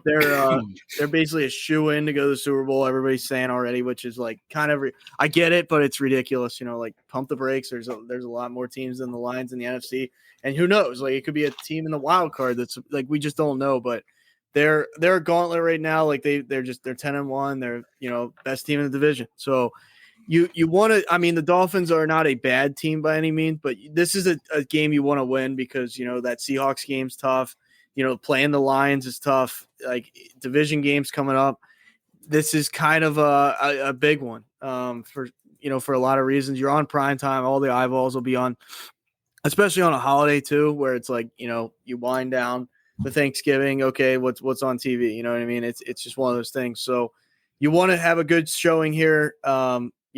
The Vikings are right in it as well. So this is really a 3-team race at this point, and sitting there 8-3, you don't want to go to 8-4. Then you're starting to. It's like, man, the division start. I'm not saying it's completely out of reach, but you're starting to, it's starting to lose a little bit of grip there. So, yeah, big game for the Packers. I mean, I expect them to beat the Dolphins. I mean, you're in Green Bay. I imagine looking up the weather right now, imagine it. I mean, shoot, it's 29 right now. I mean, they're calling for snow tomorrow. That's awesome. Right. 30 degrees and snow. I don't know if it's like a lot, but snowfall is possible. So yeah, that I think, the Packers being at home, Lambeau field, that's just like, it's the bread and butter for the Pack, like snow, November, like, you know what I mean? The Dolphins are Miami, like the waves, like it's a completely different vibe there. So I look for that to play a factor just because, we've seen the Dolphins struggle in Buffalo and I want to say it's part of that is the reason. So yeah, big game for the Packers. I think, coming off that 49ers win, not 49ers at full strength, but I mean, they beat the crap out of them regardless. So that's what you look for in a game like that. So just keep that momentum rolling after that Bears game that was like down to the wire. And then, like I said, you're coming off that butt whooping against the Niners. So yeah, this upcoming schedule gets pretty interesting for the Packers. You want to take care of a team like the Dolphins while you can. Yeah, no. And I would say this game is a big one too for the Packers, simply because I look at this schedule and like you said, coming up here, but I look at that game, the Lions play the Bears earlier in the day, right? And say the Bears don't somehow clutch up for me and beat the Lions. If the Packers lose to the Dolphins, the division race is over. There's no way they can make up ground. The Lions would have to go on some epic losing streak to have the Packers jump back into it. But let's just say you win, right? You win this game, and then you play the Lions next week, and you win this game, you beat the Lions. Now you're a game closer. Now you're right there, right? You're right there in the mix. And let's just say Arizona goes and they beat the Vikings coming up this weekend here, and the Vikings drop. Now the Packers are tied for second. You're a game behind the Lions now. The Lions, I know everybody thinks that they're, I think they're one of the best teams, in the NFL, if not the best team in the NFL. But the Lions are going to slip up. They're going to slip up. And the thing that kind of, and I think I heard it I think it was this morning on Unsportsmanlike there on ESPN with Chris Canty on there. And Chris Canty said, this team they're already hit their stride. They hit their stride week 1. Well, what happens when they lose that stride for a game? Because it's going to happen. You can't go on this 17 or whatever game, whatever it's going to end up being, 20, 21, and by the end of it, whatever it is, game bender, right? That's tough. So you're going to hit some kind of snag along the way. Just a question of, is it against the Packers? Is it against somebody else? Is it against somebody else and the Packers? Could it be in a playoff game? I think so. So this Lions team's not unbeatable.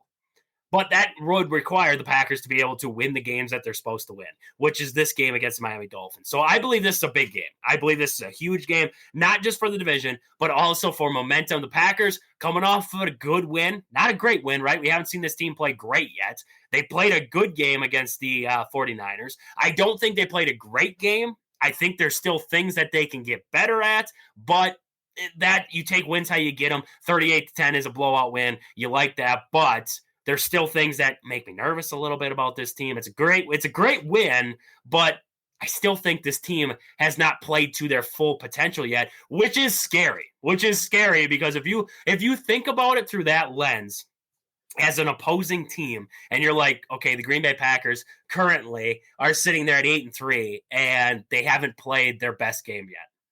What does their best game look like? What does this offense look like? Because Jordan Love hasn't played to what I think Jordan Love can play to yet. I don't think he's played to that point yet. So when he plays to that full potential, what does this offense look like? Because then that moment when they hit that stride, I think it's a juggernaut then. I think they're a team that can go toe-to-toe with the Lions then. I think they're a team that can go punch for punch with just about anybody. So I think it changes this team. And around this time, this time last season, they played a game, one of the most watched games ever, I think, against the Lions, national television, and just kicked the crap out of them. And then all of a sudden, this Packers team turned a corner, and they took off. And they rolled the rest of the schedule. They went into the playoffs. They went down to Dallas, blew the doors off of Dallas, went to San Francisco, had more than enough chances to win that game against the 49ers and get to the NFC Championship game. Fell short, but that's okay. It was a young team. We didn't expect them to get that far. Now we have an expectation, right? Now we have an expectation from what we saw to what we think this team could be. Now it's about taking that next step and being that team. So I think this game right here against a Dolphins team who's kind of surging right now, this is a game where you make a statement. You make a statement in this game in your house, make a statement, go play the Lions at Ford Field. And who knows? Who knows what could happen in that game there. So I believe this is a big game, a huge game for the Green Bay Packers here coming up tomorrow night. It's actually, I saw a report. It is the youngest NFL team versus the oldest NFL team. That's interesting. The average age on the Packers roster is 25 and the Dolphins is 27. So you're talking about a lot of youth, right? A lot of youth for the Green Bay Packers going up against, they're not like they're that old on the Miami Dolphins. Yeah, that's kind of you would think they're like being the oldest team. I was going to think like 33 is the average. You know what I mean? Like yeah. It seems really low. Man, I'm 28. I'm older than the oldest team. Like, you're old in the NFL right now. Just think about that. You're old in the NFL. Yeah, you couldn't even make the Packers roster. They'd kick you. They'd cut you. That's true. Just because of your age, not because of your skill set. Because of your age. Yeah. You're too old. You're too old to play with the young guys, all right?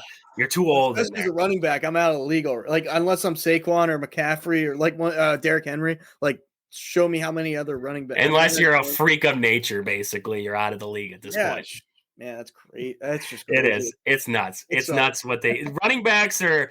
They're dispensable until they're not. Until you don't have a running back. Ask Dallas. Until you don't have a running back, then it's like maybe we should have a good running back at this point here. So, hey, let's look at this game. Let's look at some of the keys that we have heading into this one. So, my biggest key for the Packers defense is I look at the Miami Dolphins and I'm looking at the weapons, right? I'm looking at Hill and I'm looking at Waddle. And I'm looking at the Packers secondary and I'm saying, oh crap, Jair Alexander is not playing in this game. So it's going to be how do how do the Packers slow down the explosive plays that the Miami Dolphins are going to try to rip off on you? Because Tyreek Hill, Jalen Waddle, those guys can ball out. We know Tua can sling it. We know he can, right? I mean, a lot of people forget about that. This guy can sling a football around. So it's going to be, what do the Packers do against those two in this game? You're going to have guys like Valentine step up. There's going to have to be guys like Eric Stokes who step up in this game and try and limit what these guys can do. What does Halfley do defensively scheming up for this game? That's like, okay, we got to help our guys out.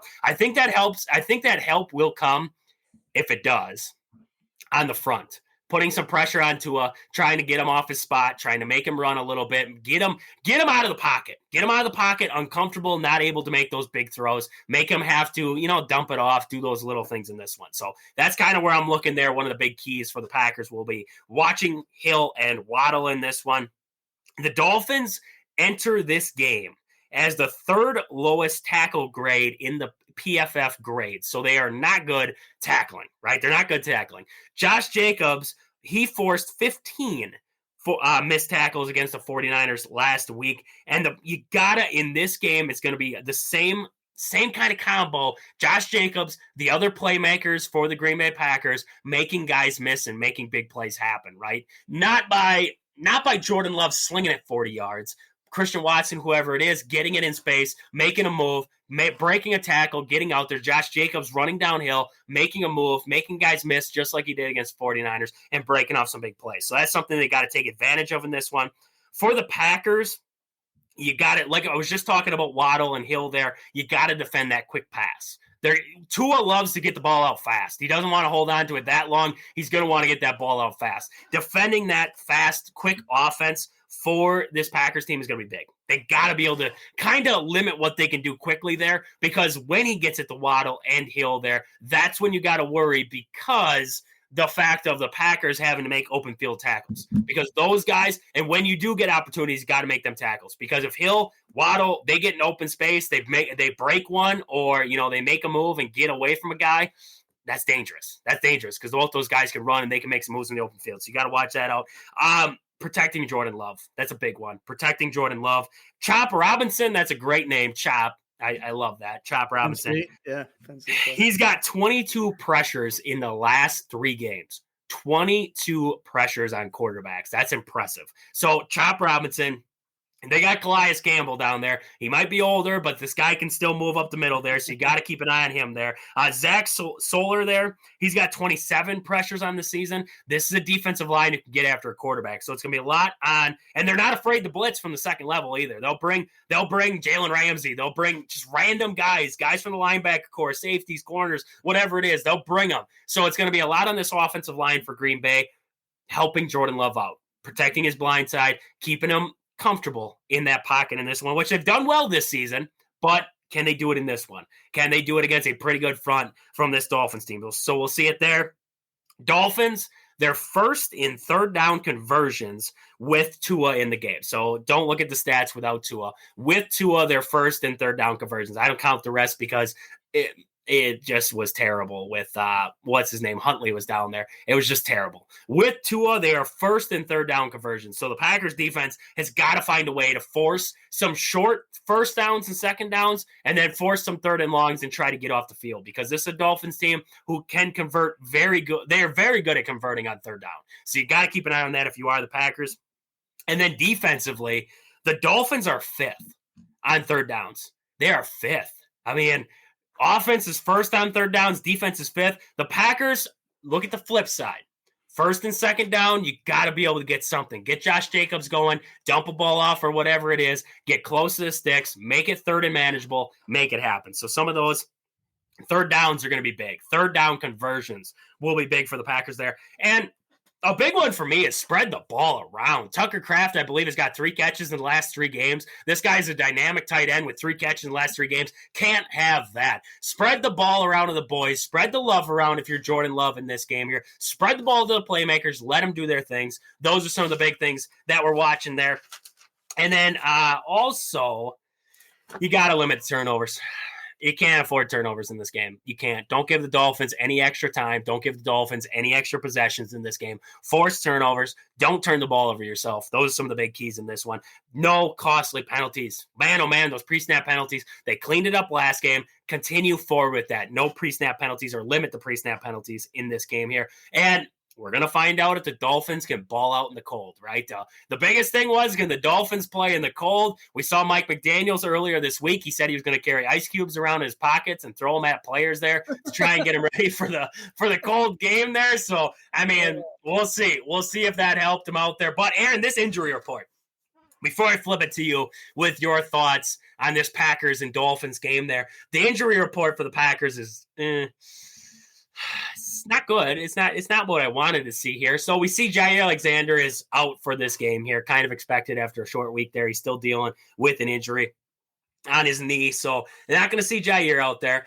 Edgerrin Cooper is out for this game, linebacker for the Packers. He's been great for this Green Bay Packers team. He's out for this one. And Romeo Doubs will miss this game with a concussion. So you're losing Romeo Doubs in that passing game. He's a big one. He's that third down guy. He's that guy where you throw it to him in traffic, and there's a pretty good chance he's going to bring it in. Who's going to be that guy who's going to step up for the Packers in this one? That's the $1 million question here, because Romeo Doubs has been that guy. Kenny Clark was a full go on Wednesday there. We did see, let's see here, Josh Jacobs was a full go. He's just more of a rest kind of thing. He had a big workload against 49ers. He's more of a rest. Isaiah McDuffie was limited at practice, so the linebacker core is kind of getting shady for the Green Bay Packers here. Xavier McKinney was a full go. He did not practice on Tuesday, but it was for a personal problem there.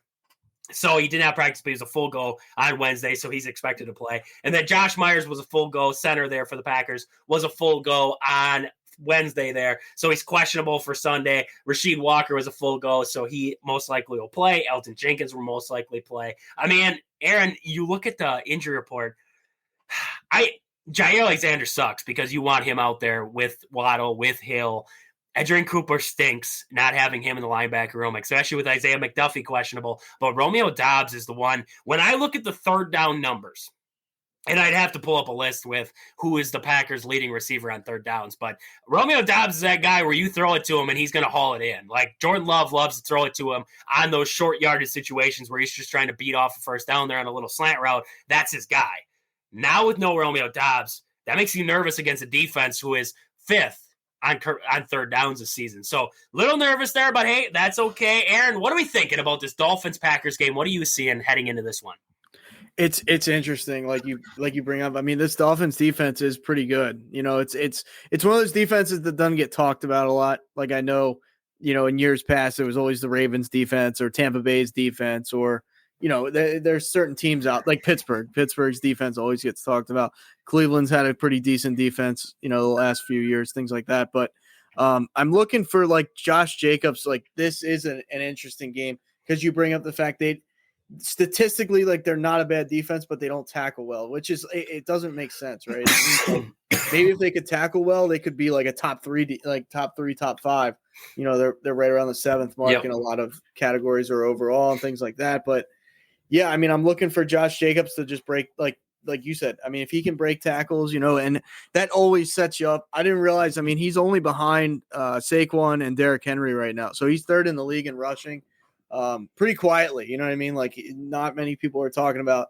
And I'm a big Josh Jacobs fan. Like, you know, his whole childhood story. Like, guy was like living in a car at one point, and stuff. So like, that's just a soft spot for me. Like, I've always liked the guy, and you know, even with the Raiders, and you know, being such a bad team now coming to Green Bay, like you look for him to kind of assert himself in this game and kind of, you know, play some smash mouth football, like you know what I mean. You be physical. Like the Dolphins, offensively, they're not like they're a more finesse team. So if you can kind of beat them up on defense, it's just one of those things. Like now, wow, look at the Packers. Like, you know, those things psychologically, I think, play into some teams. Now. With Tua, I mean, the guy is a 73%. I know he hasn't played that much, but 73% completion percentage on the year. That's crazy. Like, I doubt that is going to stand all year long. I mean, even, you know, like I said, he missed quite a few games there, but like I mean, he's throwing the ball well. They're coming off 3 straight wins, Packers 2 straight. So both teams, I mean, you would think are just playing, pretty well at this point as far as like a matchup standpoint. And, neither team's like struggling to kind of figure it out. Like they're both playing well. So yeah, it's currently a 3-point spread for the Packers. I'm still a little surprised by that. I thought it'd be a little bit more. I think this was the Thanksgiving matchup just last season or maybe the year before down there in Miami or something like that. I could be wrong on that. Maybe it was a different. I don't remember. But yeah, I mean, regardless, I think, this game, 66% of the public's on the Packers. I just assume that the Packers are going to be the better team for 60 minutes. Like that's kind of how I look at it. I mean, maybe the Dolphins make some splash plays over the top. I mean, Tyreek Hill hasn't had a great year, but you got to understand he didn't have a quarterback really until Tua came back. So it's going to be interesting. I think top to bottom, I'm never a huge Dolphins I don't really ever fall in love with this Dolphins team with Tua. He's a good quarterback, but he's never like great. And then that's kind of my reservation there. But I mean, they surprise you sometimes too. Like they can drop 40 on people sometimes out of nowhere. So you don't take them lightly. I think, like I said, I think the Packers are the better team. It's in Lambeau. I just think for 60 minutes, both sides of the ball, I think they figured it out defensively. Like I said, they'll probably give up some shots, but I think they do enough to win this game. I think, like I said, I just keep kind of saying it, but top to bottom, they're better in my opinion. And this Dolphins team really hasn't like been a complete team, with Tua all year. So you never like. I just feel like he's due for one of those games where he'll kind of crap the bed out of nowhere. So it's an interesting match. It's not like it's not like I'm like, oh my God, the Packers are going to blow them out. I don't think that. And I could even see it. There's a way the Dolphins can win, but I think the Packers have too much for the Dolphins to account for, especially like you mentioned. I mean, the receiving, if these receivers get on track, tomorrow it's hard to, because you never know. It's not like they key in on, like the Dolphins key in on Waddle and obviously Tyreek Hill. Like it's just to be expected. So yeah. And that's going to be big on the Packers is to control that time of possession, control the football in this game. Do what you got to do. Don't try to get fancy with it. Stick with Josh Jacobs. Let him do his thing. We know about his yards after contact. He's one of the best runners in the league when it comes to that. I mean, and like you mentioned there, he's third behind Derrick Henry and Saquon. He's right there. This guy has been nothing but fantastic. So get him the ball. Let him do his things. Run some. I mean, I'm good with the slow, methodical drive. If you're moving the football, I'm good with it. Put Jordan Love under center, run a little play action, do what you got to do, move the football, and, I mean, limit what the Dolphins are able to do on offense. Limit them to a select amount of possessions there in this game and win those possessions if you are the Green Bay Packers. The red zone is going to be big, right? The Packers have struggled in the red zone this season. They got to be good in this game. They were good last time out against 49ers. What do they show us here against the Dolphins? So should be a good one there. I'm going to take the Packers. Right now, the spread's at 3.5. I'm going to say the Packers cover it. I think they cover it. I think they win this one by a touchdown. Yeah, I think kind of the same thing. I just, if this was in Miami, it might be different, but I think that plays into it too. And Packers are the better team. So I'd say, yeah, I'm right there with you. I think by a touchdown, it feels about right. I like that. I like that one there. So let's flip script here. We got enough of the Packers there. I like the Packers in this one. Should be a good one here. Can't wait for tomorrow night for that game. It's a 7:20. It's getting late, right? I just ate Thanksgiving. I'm kind of, stuffed. I'm trying to stay awake to watch this game now. It's one of those. It's one of those kinds of games. Yeah, but be grateful you're in the Midwest there, because it's 8:00 every time we have. I know that stinks. That really would. That really would stink. I agree with that one. I can agree with that one. But let's look at the rest of these. We've got a couple more games here we want to talk about. We'll do the Thanksgiving games. We'll also look at the Friday game there. We will not preview the Sunday games until Friday on the show here when we come back. So, Aaron, what are you thinking? Bears Lions at Ford Field. Lions favored by 10. I think everybody's on this bandwagon of just how, because the Lions just beat the crap out of some teams. I mean, we saw it, a couple of times now. I wouldn't be surprised if the Bears, like every time I think that though, then the Lions do go off. Like it's hard to think, they're going to slow down anytime soon. But I mean, it's a division game. I know it's in Detroit, but would I be so? I mean, look at what the Bears did with the Packers a couple weeks ago. Division game, I get it. It was in Soldier Field, I get it, but it was a 1-point game. You know what I mean? So, are the Packers like a million times worse than the Lions? No, I think they're comparable. So, would I be surprised? This Bears team, you just don't know what you're getting either, though. It's just thrown together mess basically, and Caleb Williams has a hard time behind that offensive line. Detroit can get after the quarterback too. That's like their defense isn't like amazing, but they have a guy that can make a pick on almost like just like your guy with the Packers there, just grabbing picks out of thin air. And then they do have a decent pass rush. So especially bringing over that guy from the Browns. I'm blanking on Zadarius Smith. Thank you. He just wants to beat the Packers. That's the only reason why he went there. He wants to beat the Packers and he wants to beat the Vikings too, because both of them wronged him in some way. So now he's going after them both. I don't know. He's crazy. Yeah, that's kind of who you want though on the D line. I mean, a psychopath on the D line. You'll take that. But I mean, what do you think? I think the Lions win this. I mean, I'd be surprised if they drop this game, but do you think it's closer than 10? Like 10's a little. I think it's a possibility. Like I liked what the Bears have been doing with the new offensive coordinator. He's kind of simplifying the game for Caleb Williams. Yeah. I think it's gonna be tough because Dan Campbell got embarrassed last season on Thanksgiving by the Green Bay Packers. And he said that he circled a lot of games going into this year. I really do. I know he probably circled the Packers game because he wanted to get back at him. But I really do wonder if he circled this game against the Bears on Thanksgiving because he's like, we got to show the nation that that's just a fluker and we can take care of business on national television on a big day. I think he's that type of guy. Like, yes, what I mean? 100%. His game in Dallas when he routed them, that was like personal. That was a personal, we're routing you today kind of feeling. And this Detroit team, like I've watched clips from them from the locker room, like, every team seems close knit, but like, I really feel like they bought all the way into what Dan Campbell said. Yeah.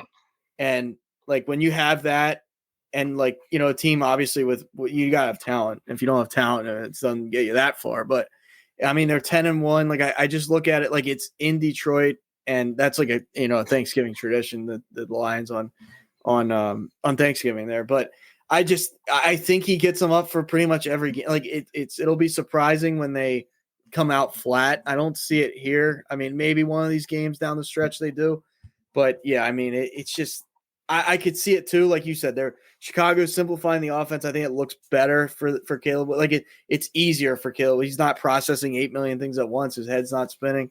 But I mean, Detroit is just like far and above the better team. So it's tough to say that Chicago's going to pull this off. We've seen crazier things. It's division, which you start thinking, maybe there's a way. But I mean, Dan Campbell, like you said, he's probably circling just about almost every, like he's probably just screaming in people's face nonstop anyway. So he's a psychopath. Him and Zadarius Smith, they fit well together. Like those two are like bread and butter, man. They just go together well. So I mean, I like the Lions too. I think the Lions will win that game. I do think it's close. I do think it's close. Maybe it is 10. I could see it being 10. But I don't think that it's a blowout. I think the Bears will keep it close. They have a good defense. The Bears have a good defense. I thought they played well last week against who'd they just play last week? The Vikings. Yeah, I thought they played well against the Vikings. Now that's Sam Darnold. But you cannot sit here and tell me that okay, I'm not going to put Jared Goff and Sam Darnold on the same area code. But, I mean, I think the Vikings, I liked what the Bears did last week. I liked what they did against the Packers too. So I'm going to say the Bears keep it close, but I'm going to say around that 7-10 mark there. I don't think it's a blowout. I don't think it's like 21. And if it is, it's because Dan Campbell wants it to be, and that's just what's happening. So I like the Lions too in that one. Here comes the dumpster fire of the day. Tommy DeVito and the boys from New York, the Big G's, heading down to Dallas. Are they heading to Dallas? Yeah, they're heading to Dallas. They're heading down to Dallas. Always in Dallas, it seems like. Always taking on them Cowboys. Cooper Rush. I'm going to be honest with you. I was impressed last week with what Dallas did with Cooper Rush.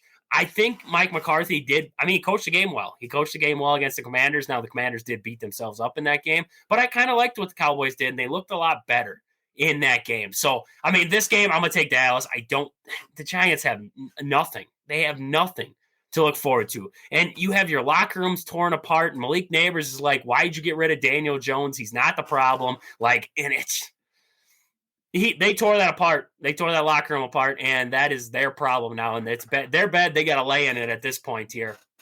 And I'm going to go with the Cowboys.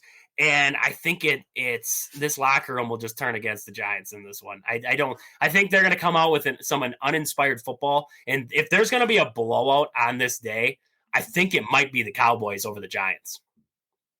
It very well could be. I see that too. Now, once again, division game, I get all that, but I actually thought the Giants would show something with DeVito last week against a Bucs team that's been very up and down, not great, and especially with all the injuries. And they got blown out of their own building. Like that wasn't even a game at any point. I just thought DeVito would have something. I'm not saying Daniel Jones was completely the problem, but he's played awful too. But man, I mean, DeVito took a couple hits in that game last week, and I'm like, dude, there's no way he's lasting, the rest of the season like this. And him, they throw mics in front of his face the other day. I heard him talking about how he's like, yeah, I'm sore, but who isn't after a football? Like he was trying to cover it up, but that guy got absolutely just demolished against the Bucs. He might not be playing. He might not be playing in this one. I heard. I did hear possibly question. I didn't hear a definitive anything, but they said it was 11 hours ago, as reported. He is a long shot to play Thursday against the Cowboys with a forearm injury. So it's looking like Drew Lock is actually in line to make his first start of the season for the Giants. What a disaster! I mean, my goodness, they should have turned to Drew Lock to begin with. I see. There's so many opinions on that, though. It's like, were they trying to lose out? But they paid Drew Lock $5 million. So why are you going to pay that $5 million? I mean, that's why is he listed as your QB2 if you're going to skip over top of him when you get rid of QB1? Right. And it's just so stupid. Just that's the Giants in a nutshell. I mean, when you think the Raiders are badly run this might be the worst organization. Right. The worst part is I don't even hate them. I don't even pray for their downfall. This is just. It's just terrible. I mean, no, yeah, you're an Eagles fan, so you got different opinion on that one. But I don't even hate the Giants. I don't sit here and pray for their downfall like the Yankees or the Dodgers or anything like that. They're just the Giants, and it's just. I mean, after Saquon and all this other crap, it's oh my God, you guys, I would fire everybody. Fire everybody. If I'm the owner, I'm firing myself. And the thing is, because I listen to a lot of the Michael K shows out in New York. I just love that show. And they cover New York sports, so I'm kind of plugged into that all the time.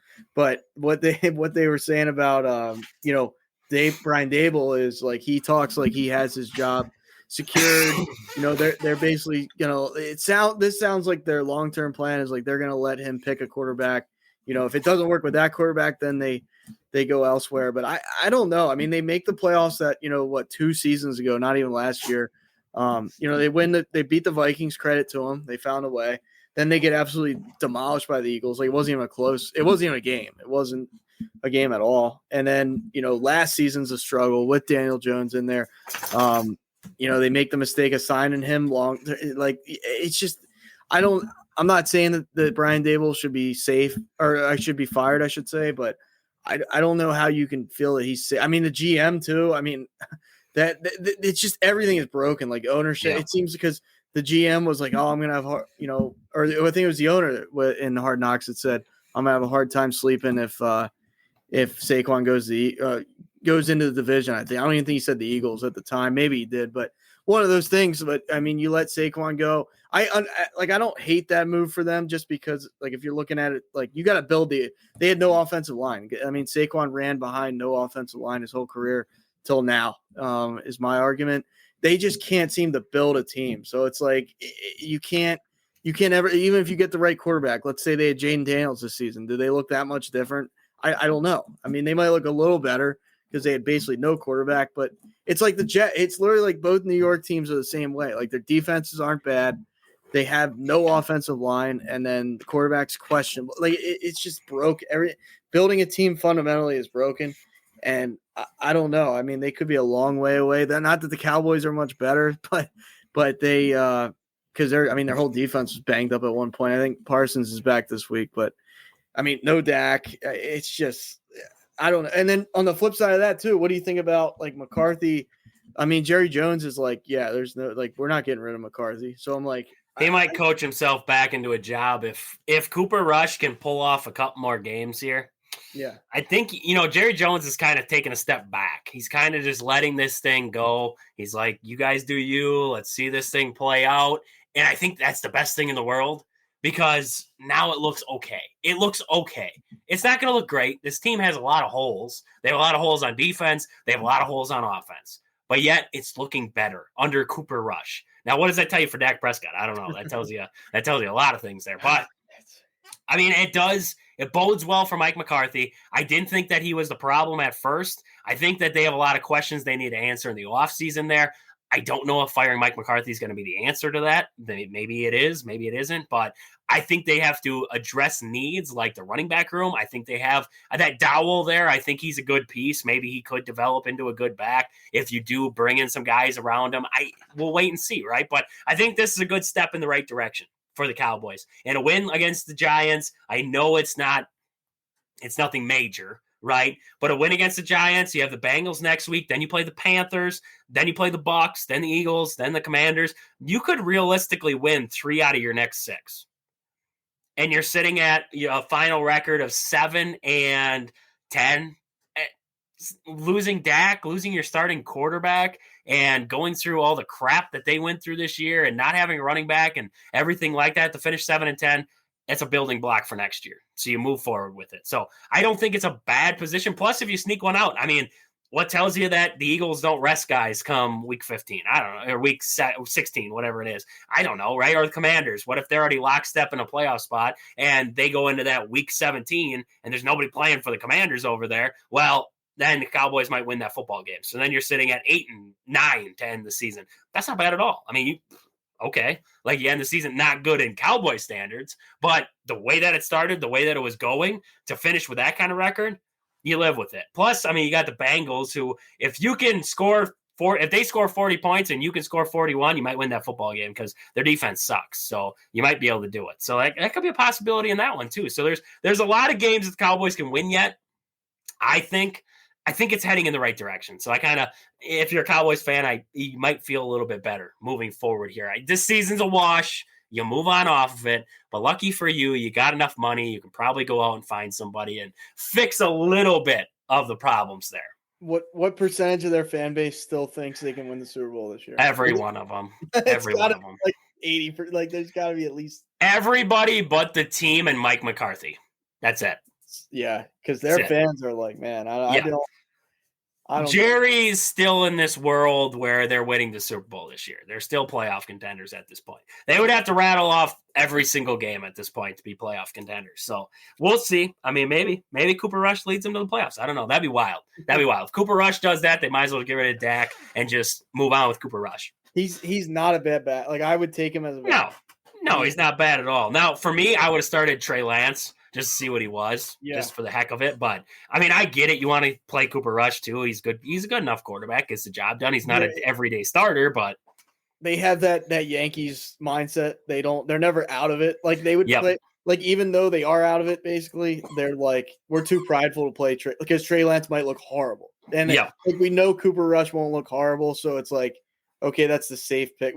And you got to, I mean, I don't know. I shouldn't say you got to feel for Trey Lance. Maybe he's just got to be better. But, like, man, the guy was a first-round draft pick with 49ers. You know, you think he'll be dangerous out there. You know, he gets kicked to the curb to Dallas. Never gets – like, where do we go from there? You know, like, is he – will he even be QB2 somewhere? I don't know. Like, maybe this is it for him, like, soon. I don't know.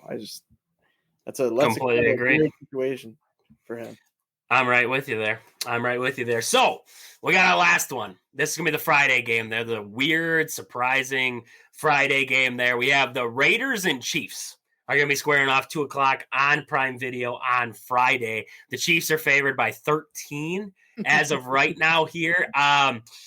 No Gardner Minshew, Aiden O'Connell starting in this one. I am going to take the Chiefs to win this one, and they just might cover the spread. Yeah, I know. I was watching a clip from earlier with Mason Crosby and Mahomes, and man, like Mahomes was being such a crybaby. I'm not a Mahomes hater, by no means, but man, it made him look like, you know, the B word, for lack of a better word. Yeah, but I think if you're talking about the same video I'm thinking of, then he turns around and lights the world on fire too. So no, he does, but poke the bear and you get it. Yeah, no, he's a animal as a player, but like him just crying about stuff, I'm like, dude. Oh yeah. Like I can do it. I didn't realize he did that like to that extent. I'll put it that way, but. Yeah, I mean the Raiders, man, that's up there with Carolina as far as a dumpster fire this year. I mean, they are god awful. They are pitiful. Honestly, it sucks. I really do feel that's one fan base I do feel for, because it's like, you get your team ripped out of you in Oakland. They go to Vegas. They're not good. Like, I'll be curious to see if this Brady thing, has any effect. The ownership thing, like, does he make them better? Something like, does his influence with anything? I don't know if he'll have roster influence or something, but they're a lost cause at this point this year. I mean, who knows going forward? Antonio Pierce, how long does he last? Like, there's so many things broken again with them, and it's the Chiefs. I mean, I know they lost the game, but it's like they don't skip a beat. I know it's division, but they should be able to pummel them without really any problem, I would think. No, I think it should be a pretty clear-cut finish in that one there. The Chiefs should be able to pull that one out. So we got a good little slate of games tomorrow there on Thanksgiving. Got a good slate we got Badger football coming up on Friday there, taking on Minnesota for the Axe, 11 a.m. for that one there. That's weird. Friday, 11 a.m. for a football game.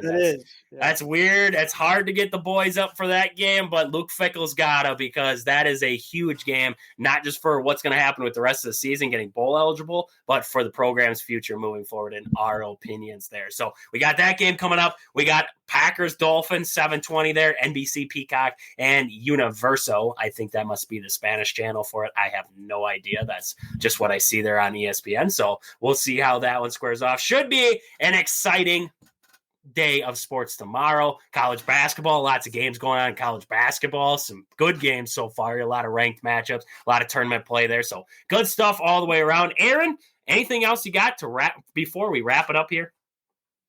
I don't think so. Yeah, I kind of like the idea of Friday football though. I kind of wish they'd do that a little bit. Just sprinkle it in there. Why not? But then, I mean, not Friday at noon. That sucks because people were, this week's an exception. But yeah, I'm for that idea. But Black Friday, I know the NFL started doing that a couple years ago, the Black Friday. But you would think, I mean, they'd pick I don't know. I guess you didn't know what the Raiders would be, but like, I mean, you kind of do though. It's like, even, I don't know. They could have picked or like moved the game like a couple weeks ago. Just that would have been cool to see, like a better matchup on a Friday. I don't know. Dolphins, Packers on the Friday or something. Yeah, move it over a day. Like, then you have 2 Thanksgiving. You still spread those out. I don't know. Just give me something else. There's got to be some NFL games this weekend that were better. That gets into the argument of a lot of people have had over the years with like the Lions on Thanksgiving or the Cowboys on Thanksgiving all the time, and it's tradition and everything like that. So we keep them on there. Like, that's the way it's got to be. So, I mean, Aaron, what are we doing tomorrow for Thanksgiving? Got any big plans for Thanksgiving there? Yeah, no, not really. My family doesn't get together like they used to. So just doing like a friends, like I hang out. A close friend of mine. He's a Giants fan, so I'll be poking fun at him pretty much all day.